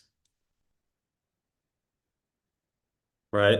And you can see like obviously it's gated. But when you go in, like I bought this one, you can see like you come in here and it's just the courses in there and the upsells will be in there. And then you can see there's a free bonus training. This is how they then send the lead over to the person on the back end, and then they get an affiliate commission from, right, they have a UTM, they're tracking this person and they're getting paid off whoever they send here. So he keeps 100% the front end, does the same thing, same model. He just doesn't do it through like high ticket. He's just low ticket to mid ticket and lets the back end team do whatever they want. But the reason I'm sharing this is I talked to him, like, okay, dude, why are you so successful? He's like, well, we cracked one funnel and we just stuck to that for the last like 15 years. You go to all their ad library, VSL funnel, doing it that way. And like obviously every funnel comes with its cons. But I know for me, I was tempted, like, do I test different funnels for our partners or this, that? But I'm like, dude, if I've cracked it or actually have validation data with the funnel I'm used to, which is a low ticket call funnel, that's my non-negotiable. When it comes to my creators, this is what we're doing over and over again. And so for you guys, obviously the best way I can support you is if you copy the model I've already proven and worked out. And we all know economically why it's better. And so with your deals, don't be swayed and don't be like, moving from this deal to this deal. Like there's a story, there's a guy, an offer publisher, and I got to share this all because this will just give you this idea of what could happen in deals and how these creators will try to like mess things up if you let them take control. But there's this guy, an offer publisher, and he has like this, it's pretty much a client. I don't even think it's because he does whatever the guy tells him to do. And this is not to knock him. This is the creator's fault. The creator's ideas are terrible. And the only fault of a person doing this deal is they just let them do it, in my opinion. And so that's why I'm like, dude, like we can't let this happen. And so the creator wanted to do this funnel. There's two CTAs. There's like join a free community. Then there's this button or whatever, where it's like takes you like a free class or something. So it's like not even the same offer. You scroll down. He wanted to add in, look at this down here. There was a no thanks link down here. I think he took it off. I took a screenshot. There was a no thanks link or something to take you to another page. I told him it was just crazy all over the place. And it was all because the creator was like, I want to do this, I want to do that. And it's like, guys, you are the marketing experts. Do not take advice about marketing from your creators. You can take advice from market research and avatar because they're talking to them. But I swear, if you let your person dictate or come with all these crazy ideas and you just succumb to their ideas because you're afraid they're going to fire you or whatever the heck you want to do, you're going to derail the project. And so again, that's why I say like the goal is low ticket everywhere. I'm just focused on that. You're going deep, not wide. Crack that. Then you can add in other things later. And maybe you're here and you're like, okay, well, Josh, maybe I want to do the VSL version low ticket or the whatever. I don't care. But like, I know what I can help you with. So obviously I'm biased there. But let's say you get super cracked at webinars. You look at Jason Flyland, he got really good at webinars.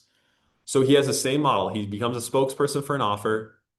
He runs the whole launch. He sells it on the thing and he gets his affiliate commission. He just crushed with that. Did it over and over and over and over and over again. Every single deal, the same thing for all his clients. And it works. And so there's something to say about like finding the model, the financial model, the funnel, sticking to it and just beating it to death and doing that for all your deals. Because now for me, it's super easy. Every deal I come in, I know exactly what we're doing. And also in the health market, let's say you want multiple deals, you can be like this and be like, okay, I'm just going to be in real estate or trading, or I'm just going to be in parenting or this, that. And it's the same funnel structure over and over again, which obviously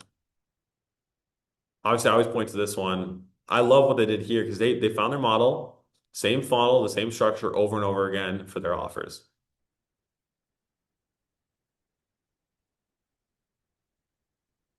So keep on the launch, after the launch, set the course, just focus on that. Don't let them come in and change things up. All right. So that's the launch. That's how we do it again. The full SP is in here. After the launch, the low ticket ideally stays on organic everywhere. It stays there, so it's still recouping sales. That all goes to ads. I don't know how much we're even doing from organic, like it's not a ton from our guy. He posts a lot, but like that just shows how inconsistent organic is. It's nothing crazy, so I don't even think about it. I'm not optimizing as organic. I don't try to like keep the organic alive. That's not my job. I'm not an organic person. If you guys have experience in that, great, but I'm just trying to use organic to get cash, put into ads, and to bankroll it from there with the money I got from organic. That's my only goal. So the first launch we did for our guy in the health space, again, like I told you guys, we did about $7,000 from the front end organically, and then we made 24K of cash on the back end, which we got to split too. And so that allowed us to roll over $10,000 in ads the very first month we ran ads. So I had a $10,000 a month ad budget that I didn't have to fund, which is awesome. We only spent like $3,000 the first month. And then, now we're spending that a day, but it's like I wouldn't have gotten there without that initial launch. So if you get $3,000 for your launch, great. You have $3,000 for ads. Get it live, get it going. If you like for me, like some of my deals, let's say I run out 3,000, we have momentum. Maybe like obviously you're breaking even, you're kind of bankrolling, but let's say I'm at a slight loss. Fine, I lost like a couple $100. I'm gonna pay that on my credit card and keep it going, keep it alive. I'm not gonna turn it off. Like that's just how I run it. But the nice thing with low ticket is it's not gonna be a cell phone. You're going to the red. Like you're putting $1 in, you're getting at least 50% of that back if you're doing things right. And then you just keep it going. The high ticket, once the guy closes a high ticket, use some of that money. Maybe you're having to take some of your high ticket cut to pay that, whatever. You just keep it going. And then eventually it gets to the point where it's just hitting like, we got ours. We were running ours at a point 0.6 from the start for the whole time. Now we're running at a 0.99 most days. And so now it's even better than when we first started and we're spending more. So it's great. So obviously, the cases are different for everybody, but that just gives you just an idea of what to expect going into it. But let's do some questions, Q&A now, just the last 30 minutes here on anything we talked about. And then So again, all the deep technical sorry to stuff is down interrupt. here. There you go. John, I just want to say one thing. If you guys are doing this, and I think a lot of people forget to do this, but like make sure you hook your Facebook pixel and Cappy up first because a lot of people don't realize this, but that initial launch will train your pixel even if it's not coming from paid ads. So by the time you actually, if you have a good organic launch and you literally just turn on paid ads, you could literally just do broad targeting and it will start figuring out right away because you already have purchase data. So a big mistake I see my people do is they'll literally just launch without that because they think, oh, Pixel is ads. This is organic. And if Yeah, you want your ads to be freaking so easy where you just turn them on and they start working, like training your Pixel on the organic launch will make your life so freaking easy. And making sure one final thing on this too is like whenever you have back end sales, even if they're coming from organic, like it doesn't matter the launch type you do, like train your Pixel out the gate because everything counts towards your targeting, like even if it comes from an organic source. And I think that's really key that so many people miss, and it will make your lives 10 times easier because then you're not going from organic to ads. It's literally like I launch organic, I make a bunch of sales, my ads are trained, I literally just now turn on ads and the targeting is already dialed in. I just launch it and let it go. Makes your life so much easier. That's really key. that's awesome. And the nice thing is purchases too, which is even better data. That's what you need. Yeah, leads is useless, dude. Like You need purchases, it. high ticket, all that stuff is like really like I make sure I'm super religious about whenever somebody joins anything, and it's not hard to set this up with Go High Level. You just set up Cappy, but like I'll mark like, oh, this person's worth 5 grand to me, this person's worth 3 grand to me, and making sure you're training the pixel with value-based data right out the gate, especially because now we're like we just hit our first 2K day on the front end and we Uh, spent like $600 on ads. And okay. it's because we literally were training the pixel on value so much that we could launch worldwide. And then the targeting actually gets really dialed in. Makes a huge difference. Yeah, that's huge. And in the SOP for like the build, we have a section there where I say like get your pixel stuff. So like it should like if you follow SP, it should hit it. But that's a great reminder. Thanks for bringing it up. People need to do that. Joe, what's up? Sorry, you had your hand raised for a bit. Bunch of questions. I'll probably do them. So you touched on it now. Like, what's your long-term vision with like the way you're bundling this together, right? So you're working on like a health offer. So like, is Yep. it yeah, here's stuff. All right, here, let me do this, and then it'll make more sense. So it's like, let's say you start with like your foot pain offer, and then like you Yep. go to like knee pain, back Yep. pain, spine pain, and then you bundle that up, and you're kind of make a platform like what you just showed us.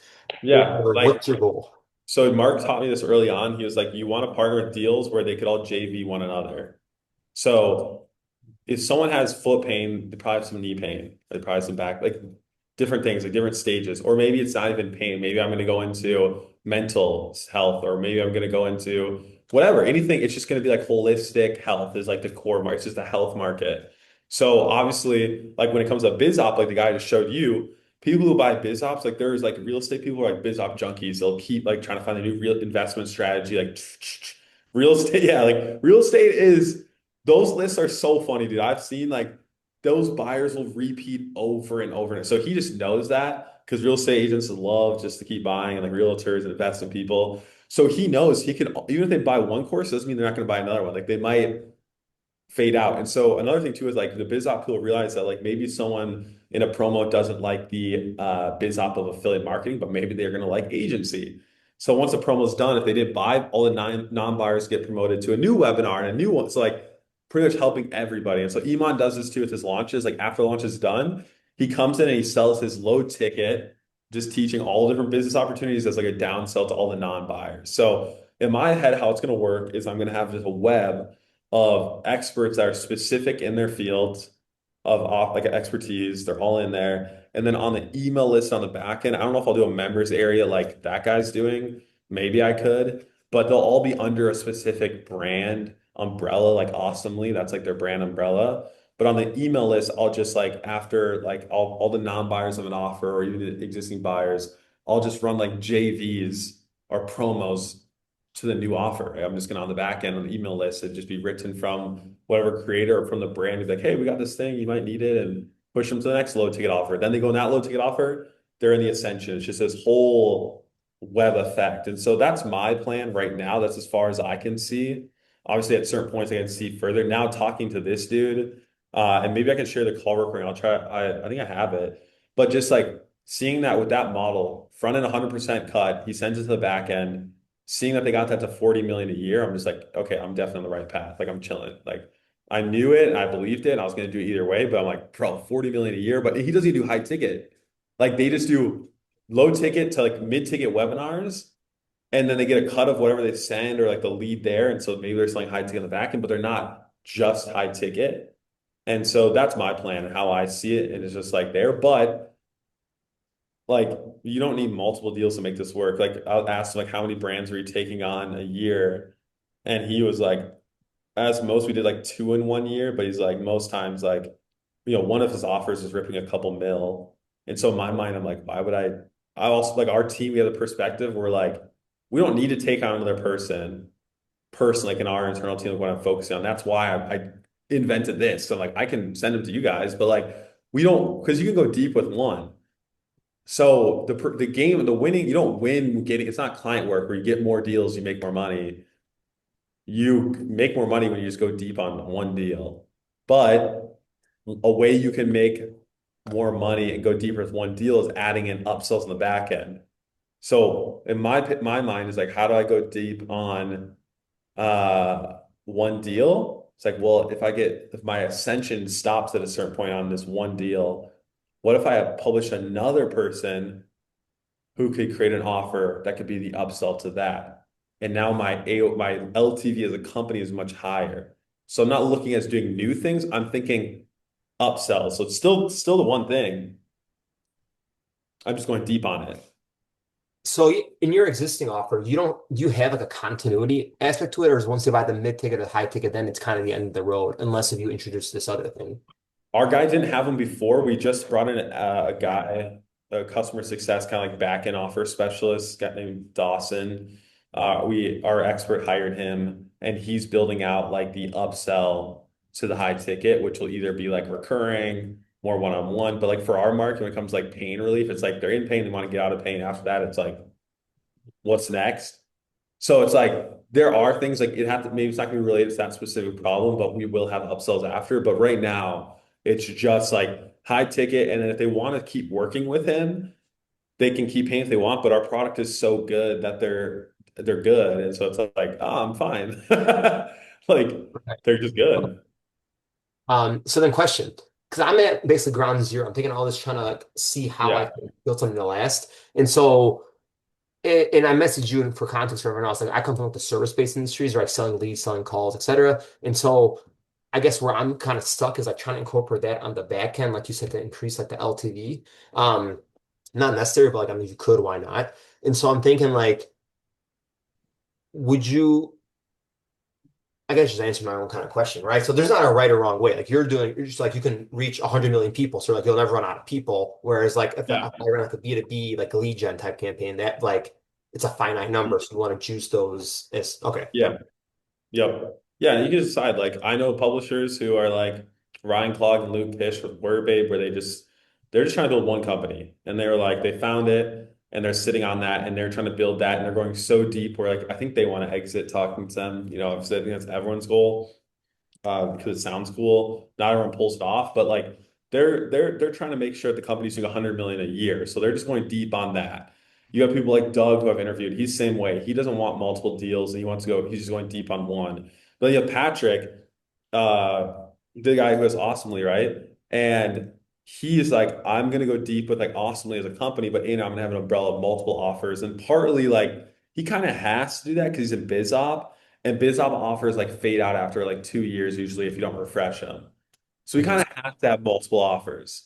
But like if you're in a market not like BizOp, you could just go deep on one thing and it's not going to change. Like, maybe you'll have some competition, but it's not Right. going to like the product doesn't get affected because the market's changing. So again, hopefully you can say you can take it either way. You can do whichever you want. You can do multiple deals, you can do one deal. But I think at the end of the day, like my mistake early on is I took on 5 publishing deals at once, which is crazy, and that was a nightmare. And I dropped them, and now I'm just on one, and I'm way happier, and it makes way more money.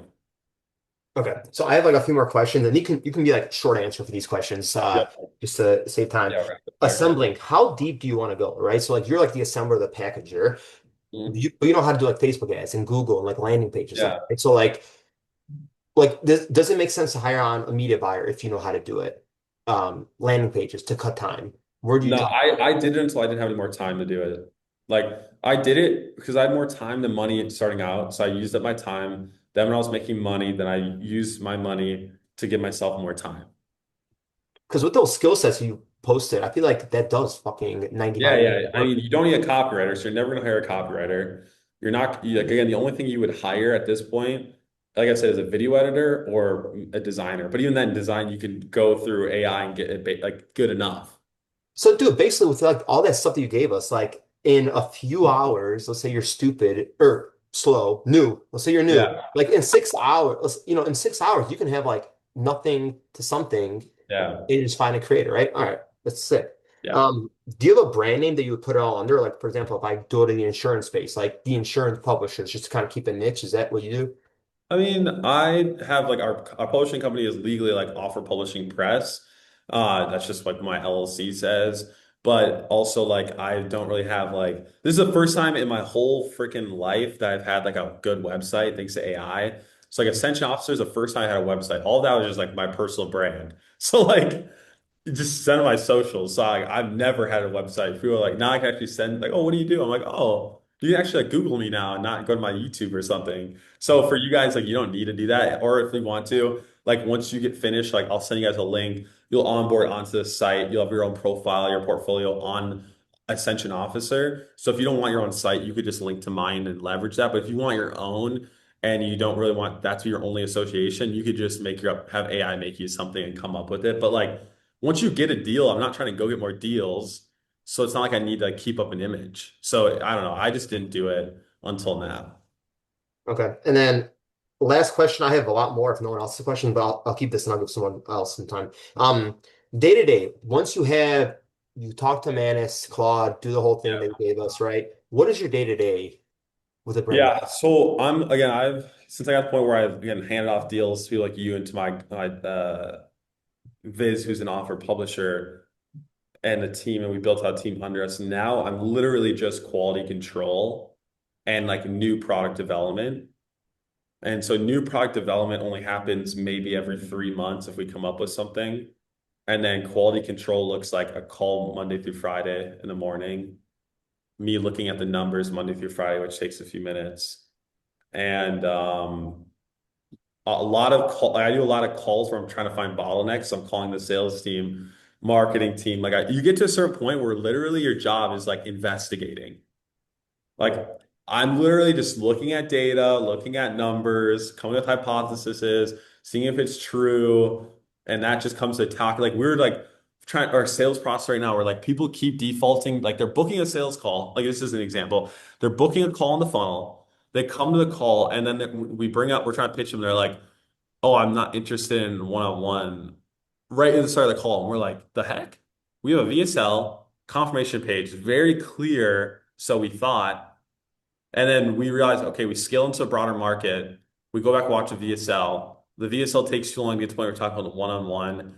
We added an upsell, which then we made the hypothesis. We think people just, when the calendar dropped after the timer, they just booked. And since the VSL wasn't really direct, they didn't know why they booked. They just thought they had to. So that took calls with the sales team, calls with marketing, me looking at numbers, like wondering what it could be. And I found the solution. Then I was able to be like, all right, guys, we need a new VSL. Claude done, did it. And I said, all right, get the creator to film it. And they're like doing all of that. They're making sure he films it, done. And so there's a certain point where you get to that. But early on, like I was telling somebody else who was asking something like this, they're like, well, how much time or like does it take? And I was like, normally the grind is the first month, just getting an offer live. Then that's where most of your time goes. You're doing everything, tech. It just feels like a lot. And you're like, oh my gosh, is it always going to be like this? No, it's not going to always be like that. Because at a certain point, when you have a funnel live, it's going to be CRO and creative production. So creative production, again, AI does a lot of that, but still like making new creatives, uploading the ads, that part was probably the next thing that would take up most of the time. But our creator films once a week, gives us the stuff, we edit it, we're good to go. The CRO, you're not running a bunch of tests unless you're running crazy volumes. You might be running one test a week, which is new headline, new image. That's easy. So you're doing that. And then you're just looking at the numbers every single day. So once it's live, your time in terms of work you're spending goes down a ton. It's just the initial launch, like getting something to market that feels like a lot of work just because you're managing a bunch of stuff. But when you use AI for most of it, you're not actually doing a lot of work. Makes sense. So Okay. that's the point I'll get to where it is you literally just get to like at first you're in the assembly stage and quality control. And then if you hire people who are doing more like the actual assembly or like the creative work, then you're just quality controlling all of it, which is the stage I'm at right now. Cool. Makes sense. Okay. Go ask some other questions, and I got some more Sweet. after. Perfect. Great questions, man. All right, Bryson, what's up, G? Yo, so I was gonna ask, is there any like ad creation SOPs or like setup SOP? But I just found it, the one for Manus you added. Fire. But going back to what Zach was talking about, is there like more info you can share on that, like how to get the pixel set up, pre-launch and all that, like the Cappy? I've never heard of Cappy, so Yeah, it's new to so me. there's a skill inside of also a skill there. It's Meta Cappy skill. It'll walk you through how to do it. And then if Okay, that doesn't work, then let me know, but that should give you everything. okay, And a cool. lot of that through high level and like it is pretty straightforward to set it up. Yeah, But yeah, it is one of those things where it's like what, but a lot of it's just like copy and pasting code and integrating yeah. stuff. So I'll probably figure it out once I get there, but I just want to know for yeah, sure. yeah. It's don't worry, it's not a super daunting task. There's not really like anything super technical about it that I found. So Cool. Also, wanted to ask, so like mhm. I'm still like technically a copywriter. I have copywriting clients. Yep. Um, and I want to run this with some of them. It's just like Yeah. I'm not sure like how to go about it because I think I've told you about one of them. They have like a sales Yeah. agency already, and get kind of messy. So is it a good idea? Also, I have like a ton of little growth operator friends who like I could technically sell this as like a one-off setup, and they can just run it on their own. Yep. But I don't want to like make this like a flooded thing in the market, like this kind Mhm. of model, like out of Yep. respect to all of us here. Mhm. Like what's the best way to go about both of those Yeah, I situations? mean, if there's someone that's existing, like if you have clients and they haven't cracked like going to cold, which a lot of organic only people they do have that issue. Even if they have a sales team, you can still go and get a deal. Just know that uh, like you have to like understand your cut may look different because you're not factoring having to pay the sales team too. So your cut on paper would look like less, but it's still the same because you're not paying out to the sales team. So just know that. And then also like if they have an existing business, they're cooking and growing, the idea of like actually having ownership or a bank accounts, ad accounts, things like that, it just may be a more pulling more teeth to get that to happen. And you can't really like you just have to be like careful because there might be ego involved where they don't like the wording ownership or control. So you'd have to just dance around and be like, hey, we're gonna run it through our account just for the sake of speed and easiness. But like you just know that they're gonna be sensitive to that versus someone who's new and who's stuck into the ceiling. They're just like, just do it for me. I just want to finally grow my business. So Yeah. it's just a different it's a different mindset they have going to them, but you still can pitch it to them as like the new thing they can add on. But I find too, you also might see that another con again, there's pros, they're already going, they're already great, you have a relationship, that's awesome. I might as well shoot your shot. But another con could be like this will be a side project to them, so you may not have their full involvement in buying because they're already making money or cooking with something else. So it may feel like pulling teeth to get their attention on it. And so you have to really be good at like motivating them, selling the vision, getting them bought in, blocking out time to get that moving and making money so that they're like, oh my gosh, this is actually worth my time. Hmm. So those are the things that you should just be aware of happening. Doesn't mean you can't get a deal done, but just be ready for those types of conversations so you're not surprised. Okay.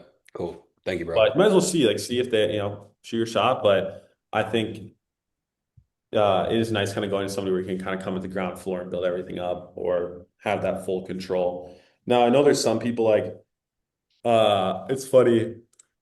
This guy, where is he? This guy right here, Antonio, or I think his name is, yeah, Antonio. He has an offer that called Astro Flipping that Nick Fisher publishes. And then he came to me and Mark, and we did a deal with him with one of our students. We sent the deal over to him too, with us. And so he has three different publishers doing things in his face. And so like it's proof that you can have like multiple like you could do more. Like your person can do different offers. Like this guy's milking. Just he has all these publishers, just he's making money out of everybody. Just it was so funny. We found that out. We're like, wait a second. But it's like your person, your face, they can do multiple products and like it you can do it so it doesn't interfere with what they're doing right now. But again, they just the time and energy they want to put into it, like just make it so it's like time blocked or get it done because they're not going to be as like only focused on that because they have other stuff going on. So just be ready for that. Okay, cool. And then last question. So one of the clients I do have, like I just partnered up with him. I'm writing scripts for him to like Mhm. help him build an organic kind of audience because everything he's doing right now is through ads and he's already making he said he's making like 100K to 150K with his offer, like just through ads. Uh, but if I were to add on this kind of offer, how would I do the organic launch if like the organic presence is not completely there yet? You couldn't. Yeah, you couldn't really.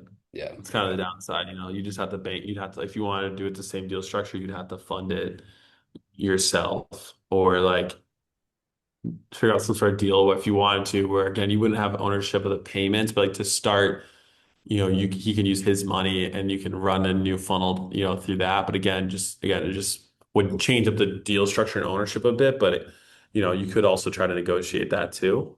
And then maybe the selling point to him is he's getting a new funnel and like it's economically more friendly and more exciting. And then once you have money coming in or can control the ads, then you move over to it being your account or like you at least keep it in your ad account or something. But it's just again, that's the difference. Like it's a very specific who we work with because it makes the conversation a lot easier to have that full control. The second that gets out of that range, it just becomes hybrid and you have to just make it all custom. And Yeah. you can't compare it to like a normal deal that's more templated, which is fine. There's nothing wrong with that. Just be ready for a more dynamic deal structure and situation. That's all. Okay. Cool. Thank you, bro. Yeah, no problem. Good questions. Cool. Anyone else want to go? And then Joe, I'm sure you have more too. Yeah, quick one, Josh. Yeah. For your back end cut, are you always reinvesting a percentage back into ads? Is that a fixed percentage? Is that a shared expense? How do you think about that? Yeah. So if I'm running right now for us, let's say we run a month at like 0.88 or zero point 0.8 on the front end return. I made 80% of that back. So then the 20% I lost, we'll deduct from what we got on high ticket to pay to the ads, and we'll just go back to zero, and then I'll distribute between the team. Okay. So I'll just do that. Just make sure it gets paid now. Because at that point, I'm like, all right, I'm gonna keep bankrolling it. And also for me, since before that and doing like client work before I moved to publishing, I'd been saving up my money and doing that and doing consulting. I also know, like, worst case, I could just bankroll and pay some of that. Like if we did, let's say we need more money for ads, and the next month we lose a month and we didn't save a bunch of money aside, that's fine. But I want to pay the team, so I just distribute it. But if you wanted to, you could be like, no, I'm going to set aside an emergency fund for ad spend for a couple of months on the side. I see value in that Right. if you already have one. But Got it. right now it's just like we spent, you know, got 80% back. We're good. We keep bankrolling running it. We lost 20%. So whatever you're going to high ticket pays off the credit cards that we still have that 20% left on it that we haven't paid. And then we just keep it running. Gotcha. So yeah, that's what we have right now. Cool, man. Thank you. Yeah, great question. And we'll get more into like some of the technical. I think next week we're gonna go deeper into like accounts, how to do banking, distribution, payouts, all that type of stuff next week. So we'll talk about that next week, just like the setup I use. So we'll get deep into that. Contract. Um, yeah, so we'll get into that. And yeah, next week is the last call. I might do some more. I might just have another calls where it's more like just Q&A focus if you guys want that too. I'm down as kind of jam. But it like with this, I don't really want it to be like the last thing you guys need on your is just more calls that don't really hit specific problems. That's why you have Slack, voice messages. They just hit me there, like we can chat there. It's not really trying to turn this into like a bunch of calls every week just because it's just like sometimes you just end up on calls, just learning stuff you don't need yet, and it just slows you down. So it's like let's just support one-on-one. It's just so much easier to hit on specific things. And then if I have new training skills, this or that, they'll get added to the WAP and you guys will see it too. And also like for future cohorts, I do live, all the replays will just be in there. So you guys will still see all those. Daniel, what's up, G? Yeah, so we have a potential partner with a creator. She has a really large audience, 1.2 million on Instagram, a million on Facebook, 900,000 on Dang. TikTok, 170 What on YouTube. market? It's health. So Yeah. Okay. yeah, she's like a women's fitness nutrition Okay. coach Yep. brand. I I suspect they're going to be hesitant to running an organic launch to low ticket because their fear is that it will cannibalize. They're all organic right now, and they just Mm-hmm. do like DM setters and organic like application book a Yep. call links in Yep. bio. So, but potentially, what I'm thinking is we might be able to convince them if we were on a workshop for them Mm-hmm. as like an initial launch. So that might be like the workaround is Yeah. we can put on a workshop, we'll run it, we'll facilitate it, we'll script it, Yeah. all that, choreograph it, promote it, and then just get like a flood of leads or sales calls booked in initially. Yep. Would that be what you would use? That was my thought because I think they're going to be hesitant on the low ticket launch to organic. Yeah, I think the biggest thing, like if we already have a full sales team, they're doing things a lot organically to high ticket. I think the downstream effect that scares people is the sales team isn't prepped on the fact that people are going to come in and be like, well, I saw your product was only this much money and that was $37. You're telling me it's 5,000? And I'm like, what? They're coming from the wrong mindset. So if the sales team isn't ready to explain the difference between the two and show like how like that why this one will only get you this far and how you need this to go where you really want to be, then the sales process just breaks and they're like, what the heck? But yeah, I like the idea of doing a workshop because it's just a very clear divide. Like, hey, this is just a live workshop, and then there's coaching on the back end. And the workshop obviously would be paid, right? Yeah, yeah. So we could Yeah. definitely run it Yeah. paid for our So audience. we've done that for we that's what I call like a 1 hour fast start, a master class at the winning format. We did that for Jeff Miller. It was just a workshop we just sold live. Then we sold the replay evergreen, high ticket accounting master class. So 100%, I think that's great. Cool. Yeah, and then being in the health market, I was going to do a evergreen challenge, but if the workshop launch goes well organically, then we could just reposition that. Repurpose it. Yeah. See Yeah, it. and we may find because I do they have an outsourced sales team that they're already working with. So like I think we're going to run into those issues where they said they close 40% from organic traffic right now and have a Mhm. 70% show up rate. But like they're doing 80K with that audience, they're doing 80K a month recurring and only about depending on the month, 30 to 40 in new cash collected. So Wow. like they're drastically under monetizing. So they're Yeah, missing out on it's so massive funny to stuff. think like So followers now. You go, oh, you're making a ton, but it's like, yeah, it's a problem. Like, it's not scalable. yeah. At a point, you milk it. Yeah. So yeah, like their new cash is not great. So that's Yeah. I But just what's we their got to work ticket with price them for the on. high ticket? So it's a 5K 6 months, but the problem as well is they have too many downsells.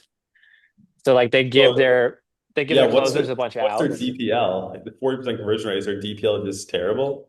They didn't even know. So like that's another thing with like their sales team. I don't Yeah, they think probably track that. they wouldn't even know what that was. Yeah. So I even asked them like average cash collected and they weren't sure. So like Hey, yeah, good. that's Hey, where perfect. Go in and get them. yeah. Like, shoot, there could be big money made there if they just figure that out. You could probably fire like most of the closers, half the closers probably gonna be offboarded. Their TPLs are probably below their numbers, so that would increase the performance overall in cash collection. Removing down sells would actually probably boost. Like, there's a few changes you could make where the company could just shoot up. Ads, of course. Yeah, that's exactly it. They're like we didn't lead with that because Yeah, they don't need I to know. think yeah, but they like the idea because they have purely organic and they're not doing a great job of Nice. monetizing that. How'd you And find then them? Was it just a connection through your? Because I know you had network in the health industry, right? it was through Mike. So me and Mike are Nice. actually gonna partner up on this one, and then he's doing the next cohort as well. So Let's go. Let's go. That's so funny. What are the odds? Those small, what a funny like connection how that all worked out. That's great. it's so funny because then me reaching back out to him after seeing him do that call with you, now he's like I have like 5 to 10 more that we could take on if this all works out. Like so. That's fire. Well, sweet. If you can't take them on, you got plenty of people here who'd love to jump on with you. Yeah, we definitely won't be able to take them all. So Fire. Well, sick, dude. Yeah, that sounds like a great deal. Hope that crushes. cool. Alrighty. Who do we got next? Storm, I think was next. Yeah. And then Zach. Hey man, What's up, you will G? hear me? Yeah, all good. Yeah, I have a lot of questions. I'm gonna hit you up on Slack, but yeah, All where, good. yeah, where did you feel the most resistance, like while working with creators? Like I get it, like getting creators is easy, and like I have like creators waiting for us in the pipeline, and yeah. So where did you feel the most resistance, and like what's the next optimal growth stage like we can focus on? Yeah, I mean, so you're asking like, okay, now that you have creators that are like, what's the next like revenue generating task or priority as a team for you guys? Yeah. Is that the question? Yep. I mean, going deep on a deal and make as much money as possible with that one person that you can, like I think because I remember I was talking to you guys and I was like, nah, don't take on the deal or drop that deal. Like you don't need it. Like you already have enough. Because there's a certain point where it's like you get dopamine getting deals and contracts in the door, but then if you keep bringing them in, then just you're gonna hate your life later. It was way more fun if you just like, and you can do like you get a bunch of deals in. And then if a better deal comes that you're more excited about, you can drop deals, guys. Like you can just drop a deal. Like I've dropped 4 deals before. And it's like, and I have to tell them like, hey, I run performance. I have to make decisions for my business and team that are I'm betting on myself. And I just feel like I have an opportunity that to me looks bigger. It's nothing against you or your company. I just going with my gut feeling. And I hope you can trust me on that. And then like I just offboard them. So for you guys at this stage, it's like monetization. You just need to freaking get ads live, get launches live, and trying to make as much money as possible with the people you have in the door right now. And don't even think about other deals. That's just your safety net in the back of your mind, knowing you could get on another deal if worse comes to worse. But it's not something I'm nurturing. I would do literally. It's this November he came to me, and we still haven't signed him, and he's waiting for us. And we're just sitting there, and I'm like, every time I think like, yeah, we could take out another one. I'm like, nah, we got to fix this in the company first. Not yet, not yet. And but he's there if I need him. And if he goes somewhere else, fine, whatever. Wasn't excited. I didn't need him right now, anyways. So it's fine. So, but I'm not like, I'm very slow to text him back, send him the contracts. I'm not like, that's not my priority. My priority is what I have right now. Yeah, makes sense, bro. Yeah. So I think you guys need to set revenue targets as a goal just for fun. with the careers you have now and sprint until you hit that. Like for us, we're like, our first goal is we want to get to 50,000 because our dude never made that much. And you want to take his family on vacation. So we sprinted to that. Then it was like 100,000 months, hit that. And now it's like, let the 100,000 be the minimum. And obviously now it's like 250. So we just set new goals that push the team. And then that just keeps you guys the ability to go deep because we just keep going further and further and further. So I think you guys need to set targets as a team and not just for the money. You need to like decide, have like a whatever like makes it feel like fun. Like for you, when you hit that target, what are you guys gonna do or get or send your creators a gift or something that's like fun to really kind of just keep you guys focused on that. Yeah, true. All right, thanks, Josh. Yeah, no problem. I had a Zach, question for you on sales teams. I'm curious as far as because I think you're working with Zach, right? yeah. Yeah. So how I'm curious like your reasoning in your mind. Why? Because I think Zach takes like 25%, right? I can't say I think he does custom depending on people. Okay, custom. So when I But talk to him, up to 25 for sure. Yeah, I've yeah, heard that.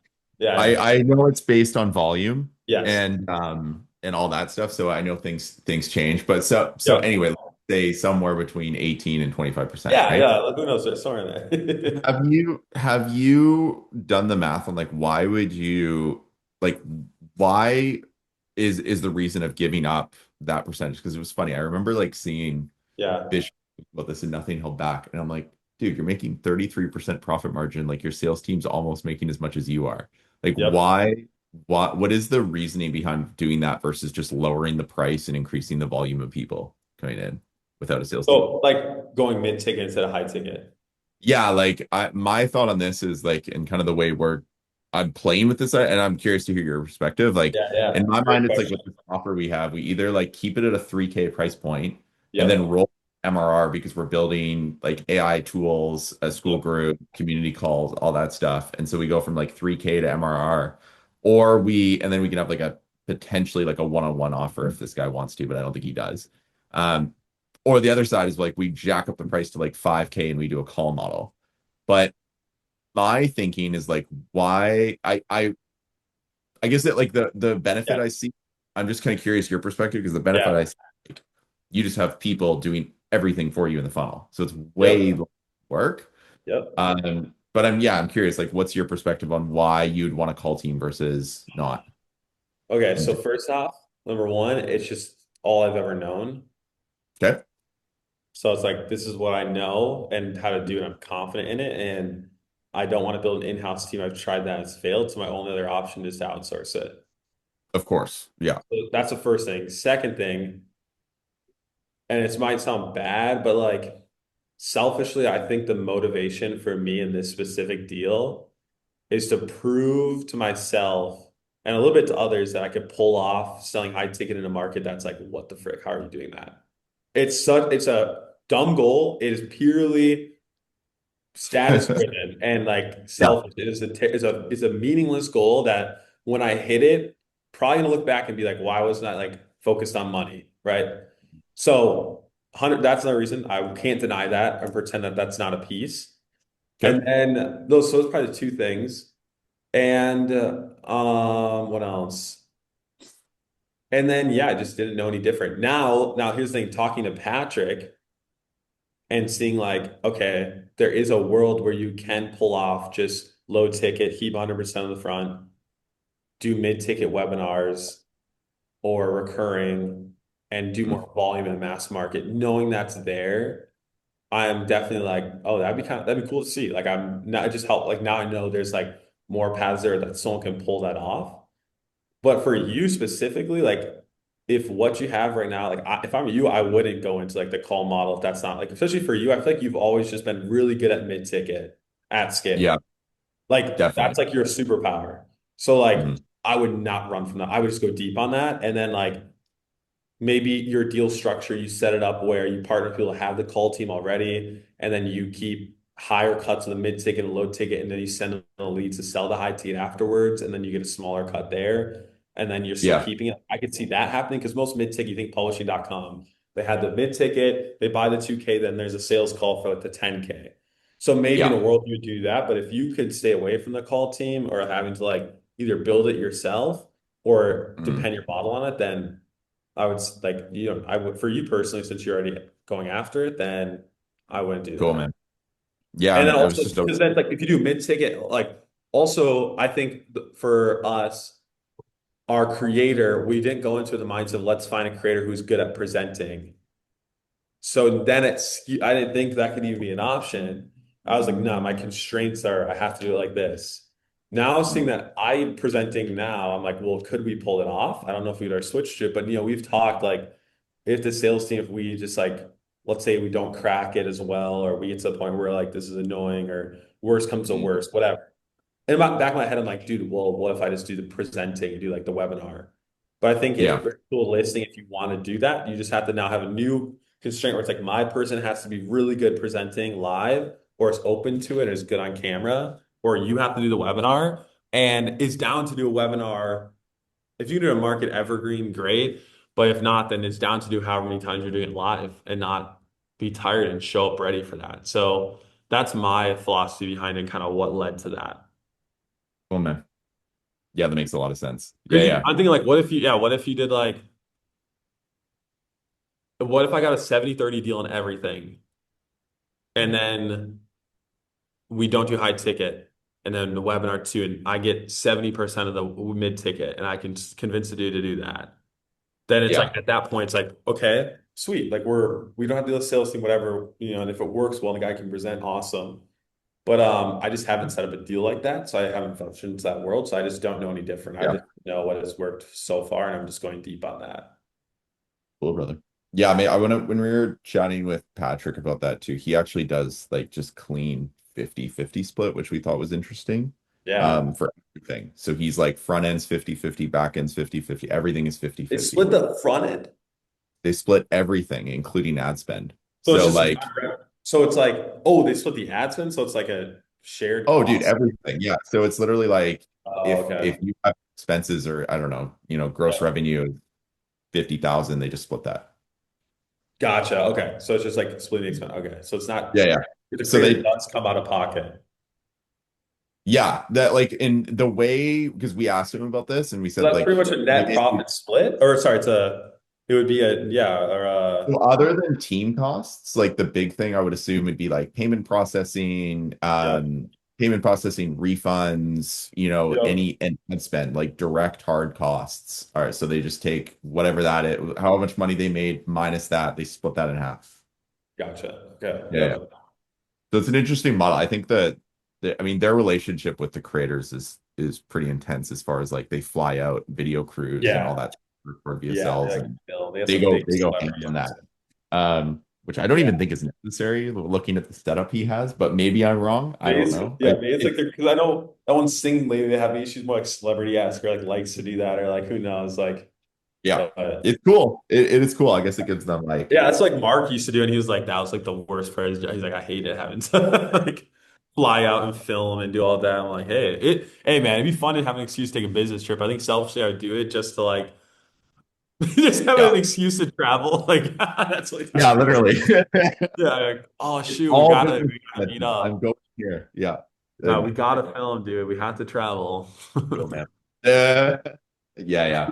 Great question, Okay, cool. I though. appreciate that I insight. Thank Yeah, I think eventually I would test it. I think in a future deal, especially knowing mass market health is, I think I would test it to see.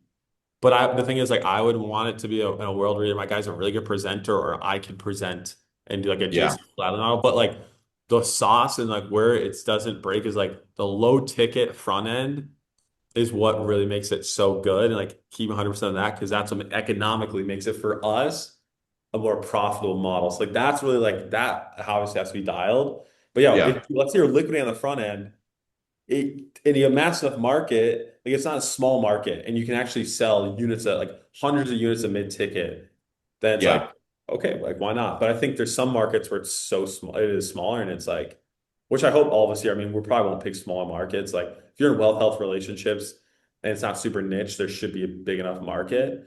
But or like I know Camilla, an author publisher, she has an ADHD coach and they've had trouble selling high ticket just because the avatar and the persona, it's not that big of an issue where people are like, I really want to solve this. I'm like, dude, just go mid ticket. Like, it's really hard. It's not that painful of an issue where people are going to drop 5K and like, and you've You tried should a check ton. out Focus Blocks for that. That guy's done really freaking Yeah, well. Have you seen that offer? I think so. I've seen some of his Yeah, I content. joined that thing because a friend referred me, and it was really Really good. cool. It's like they have huge volume of people. It's basically like 24/7. You jump on an hour and you work for an hour with people, Oh but yeah. it was a good, the guy had a really good webinar, and then his back end was just like, if you're an entrepreneur and a like, so everyone comes in the front and then really narrow the back. So it was like, if you're an entrepreneur professional and you want like a one-on-one coach to like help you, very similar to that Commit Action company. I just think his Yes. Yeah. were great behind it. Um, Yeah. because it was like you have this liquidating front end that's making you money and he's running it worldwide. It's scaling like crazy. It's a grand, right? Yeah. And then it's like it has renewal in it. And then you have like this juicy back end of like, let's just narrow down to this tiny subsection of the market that will actually pay for this. But Yep. because you're able to scale so wide on the front, it works really well. Yeah. Yeah. It's like the classic, like either you can sell lower price things to a really big market or higher price things to a small market or whatever. Like Yeah. that's pretty much the dance is the economics that you're choosing. Yep. Or you sell all of it to all, you go to a really big market and sell low price stuff and high price stuff. But I think bigger markets, a market that supports your offer is definitely much better. It's constantly Appreciate the growing. insight. Thank you. Thank you. Yeah, no worries. Thanks for jumping on today. All right, we'll wrap up with Joe's questions, and then if you guys have any more, I'll be in Slack all day and or Discord. What's up, Joe? Cool. All right. My question actually piggyback on what Zach just said. So I'll fly through these again. Just you can give them short. No need Yeah. to dive in. Are you still running that interior design funnel offer? She had a baby and decided to not do coaching. She was actually she's like 24 and her from interior design, which is what she loves to do, she was making more than what we were paying out to her with coaching at the point we ramped it up to. And her husband just wanted to kind of start it and publish her. He's like, oh, extra money. He kind of wanted to do it. Like, this would be fun. And so she was like, I'm just gonna do interior design, be a mom. I was like, okay, like she didn't want to film, she didn't want to do anything. So we offboarded her. And so I'm not working on that one anymore. But her competitor consults with me. So there's someone called Fully Booked Designer. I still consult on their low ticket. So I'm still kind of in the market, but just from consulting level. Okay. And the reason I ask is because they were probably running the mid-ticket stuff, and then you posted on X how Mark like basically just sold straight through like a webinar to mid-ticket, right? No sales calls needed, anything like that. What are Yeah. examples of that kind of back end? Like just mid-ticket. Yeah, because I'm thinking like best case scenario is like you just run the damn ads, you have a creator, you have their content, and then you just sell to a webinar. And So the big like the people doing it well, is like Brooke Hiddink is doing one. He copied a model from this crypto offer. But the thing is, all the offers you see doing mid-ticket, like if it's mass market on the front end, they do a webinar, they're making their money on the back end with a high ticket. oh, so they still have a back end Yeah, high it's ticket. just instead of low ticket, it's just mid ticket, and they sometimes are profitable on their mid ticket, but usually that's just their liquidating offer, it's just higher priced, and then it's sure a higher price customer coming in, they sell them like the high ticket on the back end, but it's Brooke Hiddink. We built him a low ticket offer. He hasn't launched it yet, but I saw the back end of that, and yeah, that's publishing.com model 2K. You get on an onboarding call, and the sales rep's like, "Yo, you want this 10K thing?" And they sell them the high ticket. Are you doing any low ticket to mid ticket? Not right now. Let me think. Because that was No. Mark Lack what you were referring to, or was his mid Well, Mark ticket? Black, he did that back in like 2016. That's when the math made sense where you didn't need high ticket. So the only person I know and have talked to, Zach, you might know more mid-ticket people too. Remember that dude we met at that one event who's doing the Spanish FBA offer? Yeah. That He dude, was I like, heard him doing it. there's a lot Uh, of people, dude. I know people that do super well with just mid ticket. Like I'm yeah. working with like this guy. I was in this guy's coaching program for a bit, and he's like, he just said it. He's like, I just love selling like 3 to 6K stuff. It's just easy. Like Mhm. that price point, Well, it just 6K, that's like you mean 600? I feel like that's still high ticket, but maybe not. I feel like so what he did, like he had a call model for his thing, but it was like he Uh-huh. did a paid consult in his Okay. upsell and then went to like either a 3K offer for newer people or 6K for more experience. It was like biz coaching, right? Yeah. Um, but like yeah, I don't know. I think there's a big group of people out there that just, Yeah, there's got to be niche. 'Cause I know like niche people where it's like yeah, usually the reason why not everyone's just doing that or why it kept getting higher price, higher price, higher price is because ads kept going higher price. It's just a downstream effect of higher yeah, cost per click, higher cost. So our option is go out of business or charge more, like increase AOV over time with multiple products, low ticket up, right? That's why low ticket exists. It's just a solution to ads costing more. Back in like Mark Lack's day, the cost per click was probably so cheap. Barely like not me running any webinars. So you could just sell a 2K. I bet his CPA was probably like $500. Get a $2,000 customer. It was just a money machine. That's like Russell's doing it, everyone's doing it. It was like the golden standard. And then obviously things changed and then Sam Ovens came with the solution. But I do know this person, someone's publishing her and they do a webinar. So it's super niche. It's female market. It's a micro bakery biz op. And last I heard this offer on the webinar, it's an evergreen webinar. It's I think it's $300. Oh yeah, let's see. Business in the box. Okay, well, it's $1,000 now. It used to be 300. They must have upped it. But they are, and it was working for them because it was like such a niche thing they were doing. It's a sick product and like super niche. And so the market, it's just, and they told me like the only reason it's working because like cost is so cheap for this, like this type of offer. There's no one bidding for what they're bidding for. And so it works them. So if you can find one of those like untapped markets where it's mass market, but not a lot of people are bidding for it, which the only way to figure that out is just market research, you probably could pull it off and test it. But most of the mid tickets you see, they have a high ticket on the back end. Got the it. one thing I'll say on this too is that if you're, and I know this is like whenever I talk to clients about this, that we're on a high ticket model, and then I help them kind of like burn it down in a way. But because when you're focused on when you're focused on a call model, like the quality of buyer is really important, right? Mhm. And so like Josh, you're probably only targeting like US and core countries. And so Mhm. the nice thing I love about mid-ticket is because it like the way, and I remember Annie talked about this and it like saved my business back in the day, was when Yep. he like, yeah, test worldwide targeting is working great. And so I took my offer, which was so expensive because CPMs were like 70, 80, $90. And then I literally hit worldwide, dropped them to 20, and like sales didn't really change. And so you can scale if you're not worried about a call team on the back, like you Yep. can scale a low ticket to just crazy high amounts by just going from a global scale because you don't care about, and like this is kind of the my frame on this, and everyone has a different philosophy, but like if I always just say like get as many as you can in front and then narrow down on the back. And, Yep. and but if you're running a call model, you don't want to do that because Yep. your goal is to make sure the sales team is really qualified. That being said, I will say the thing I do love, like Josh is like, oh yeah, look, another 5K client. I'm like, that's the fucking nice thing about having a call team, right?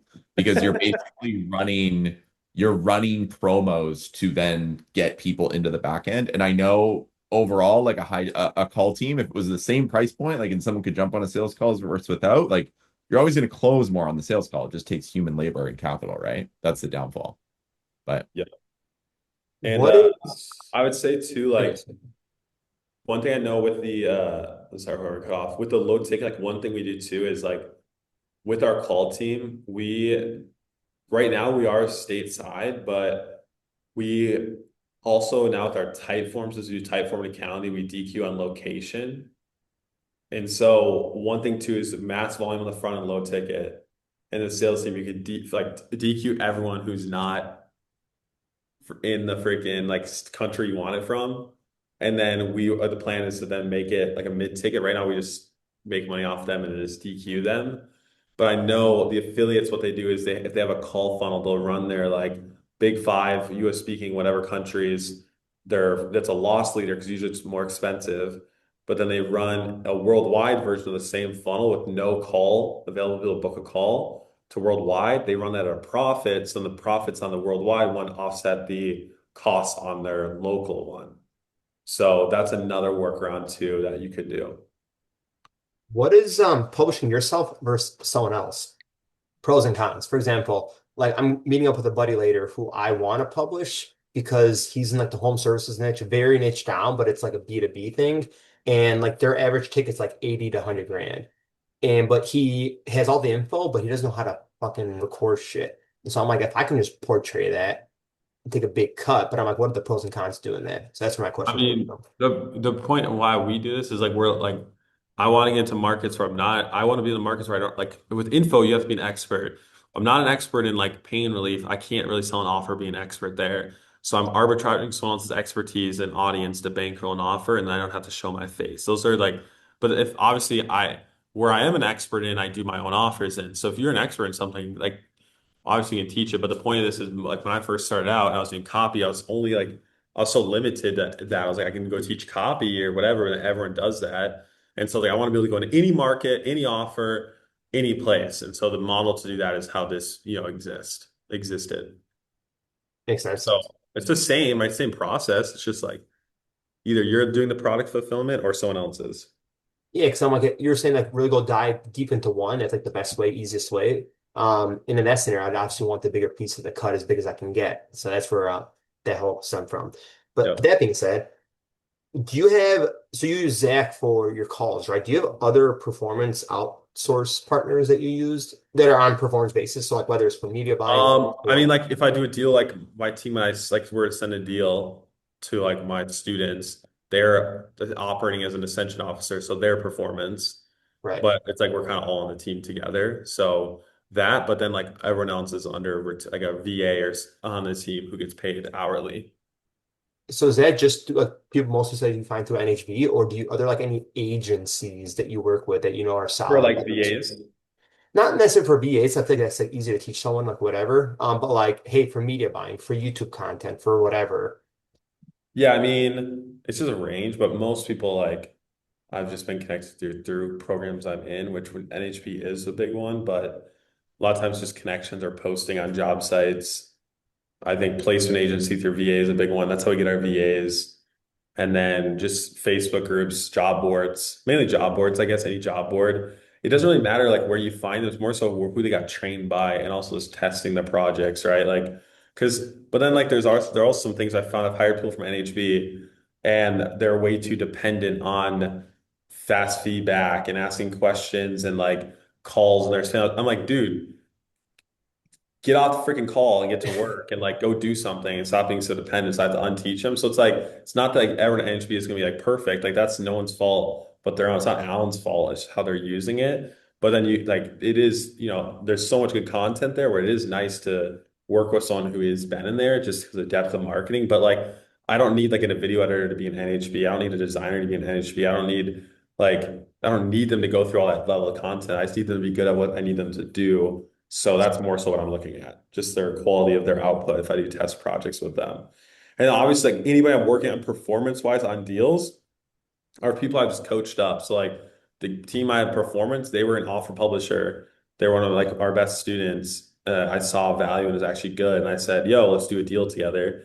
And so I'm trying to teach you guys what I know and get to the point where it's like, yeah, let's do deals together. So it's kind of like inception there, but that's how I found those people is that I just like taught them, which obviously for you guys, like you could just either partner with each other or just, hire from other places. But most times, like hiring a real team, that's such a later down the road thing. Like that does not come up at the start. That shouldn't even be a focus yet.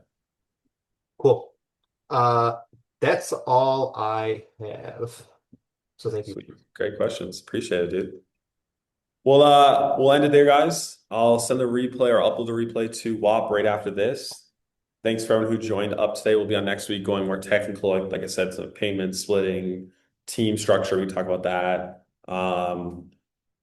Ad stuff, we'll talk about that. Just more of like the production stuff and like systems and operations we'll talk about next week. So bring questions ready for that in terms of operations. We'll call that like systems operations and scaling. That's really what it is. People, manpower. So we'll talk more about that next week. If you have any questions, let me know. Again, I'll let you guys know what deals come through the pipeline. I'll always send the call recordings and see and match up the people who make the best sense for that deal structure. And then in the meantime, keep on hustling. Again, like big shout out to I know Diego and Storm, you've been grinding too much, so you got to start saying no to deals. I know the other Diego, you've been cooking on deals in your pipeline, so love seeing that. All you guys are moving quick, which is great to see. Juan and your team, you guys are cooking. So yeah, keep it up. And if you need anything else, just let me know inside of Slack and I'll be on there. So I'll see you guys next week. Thanks, Josh.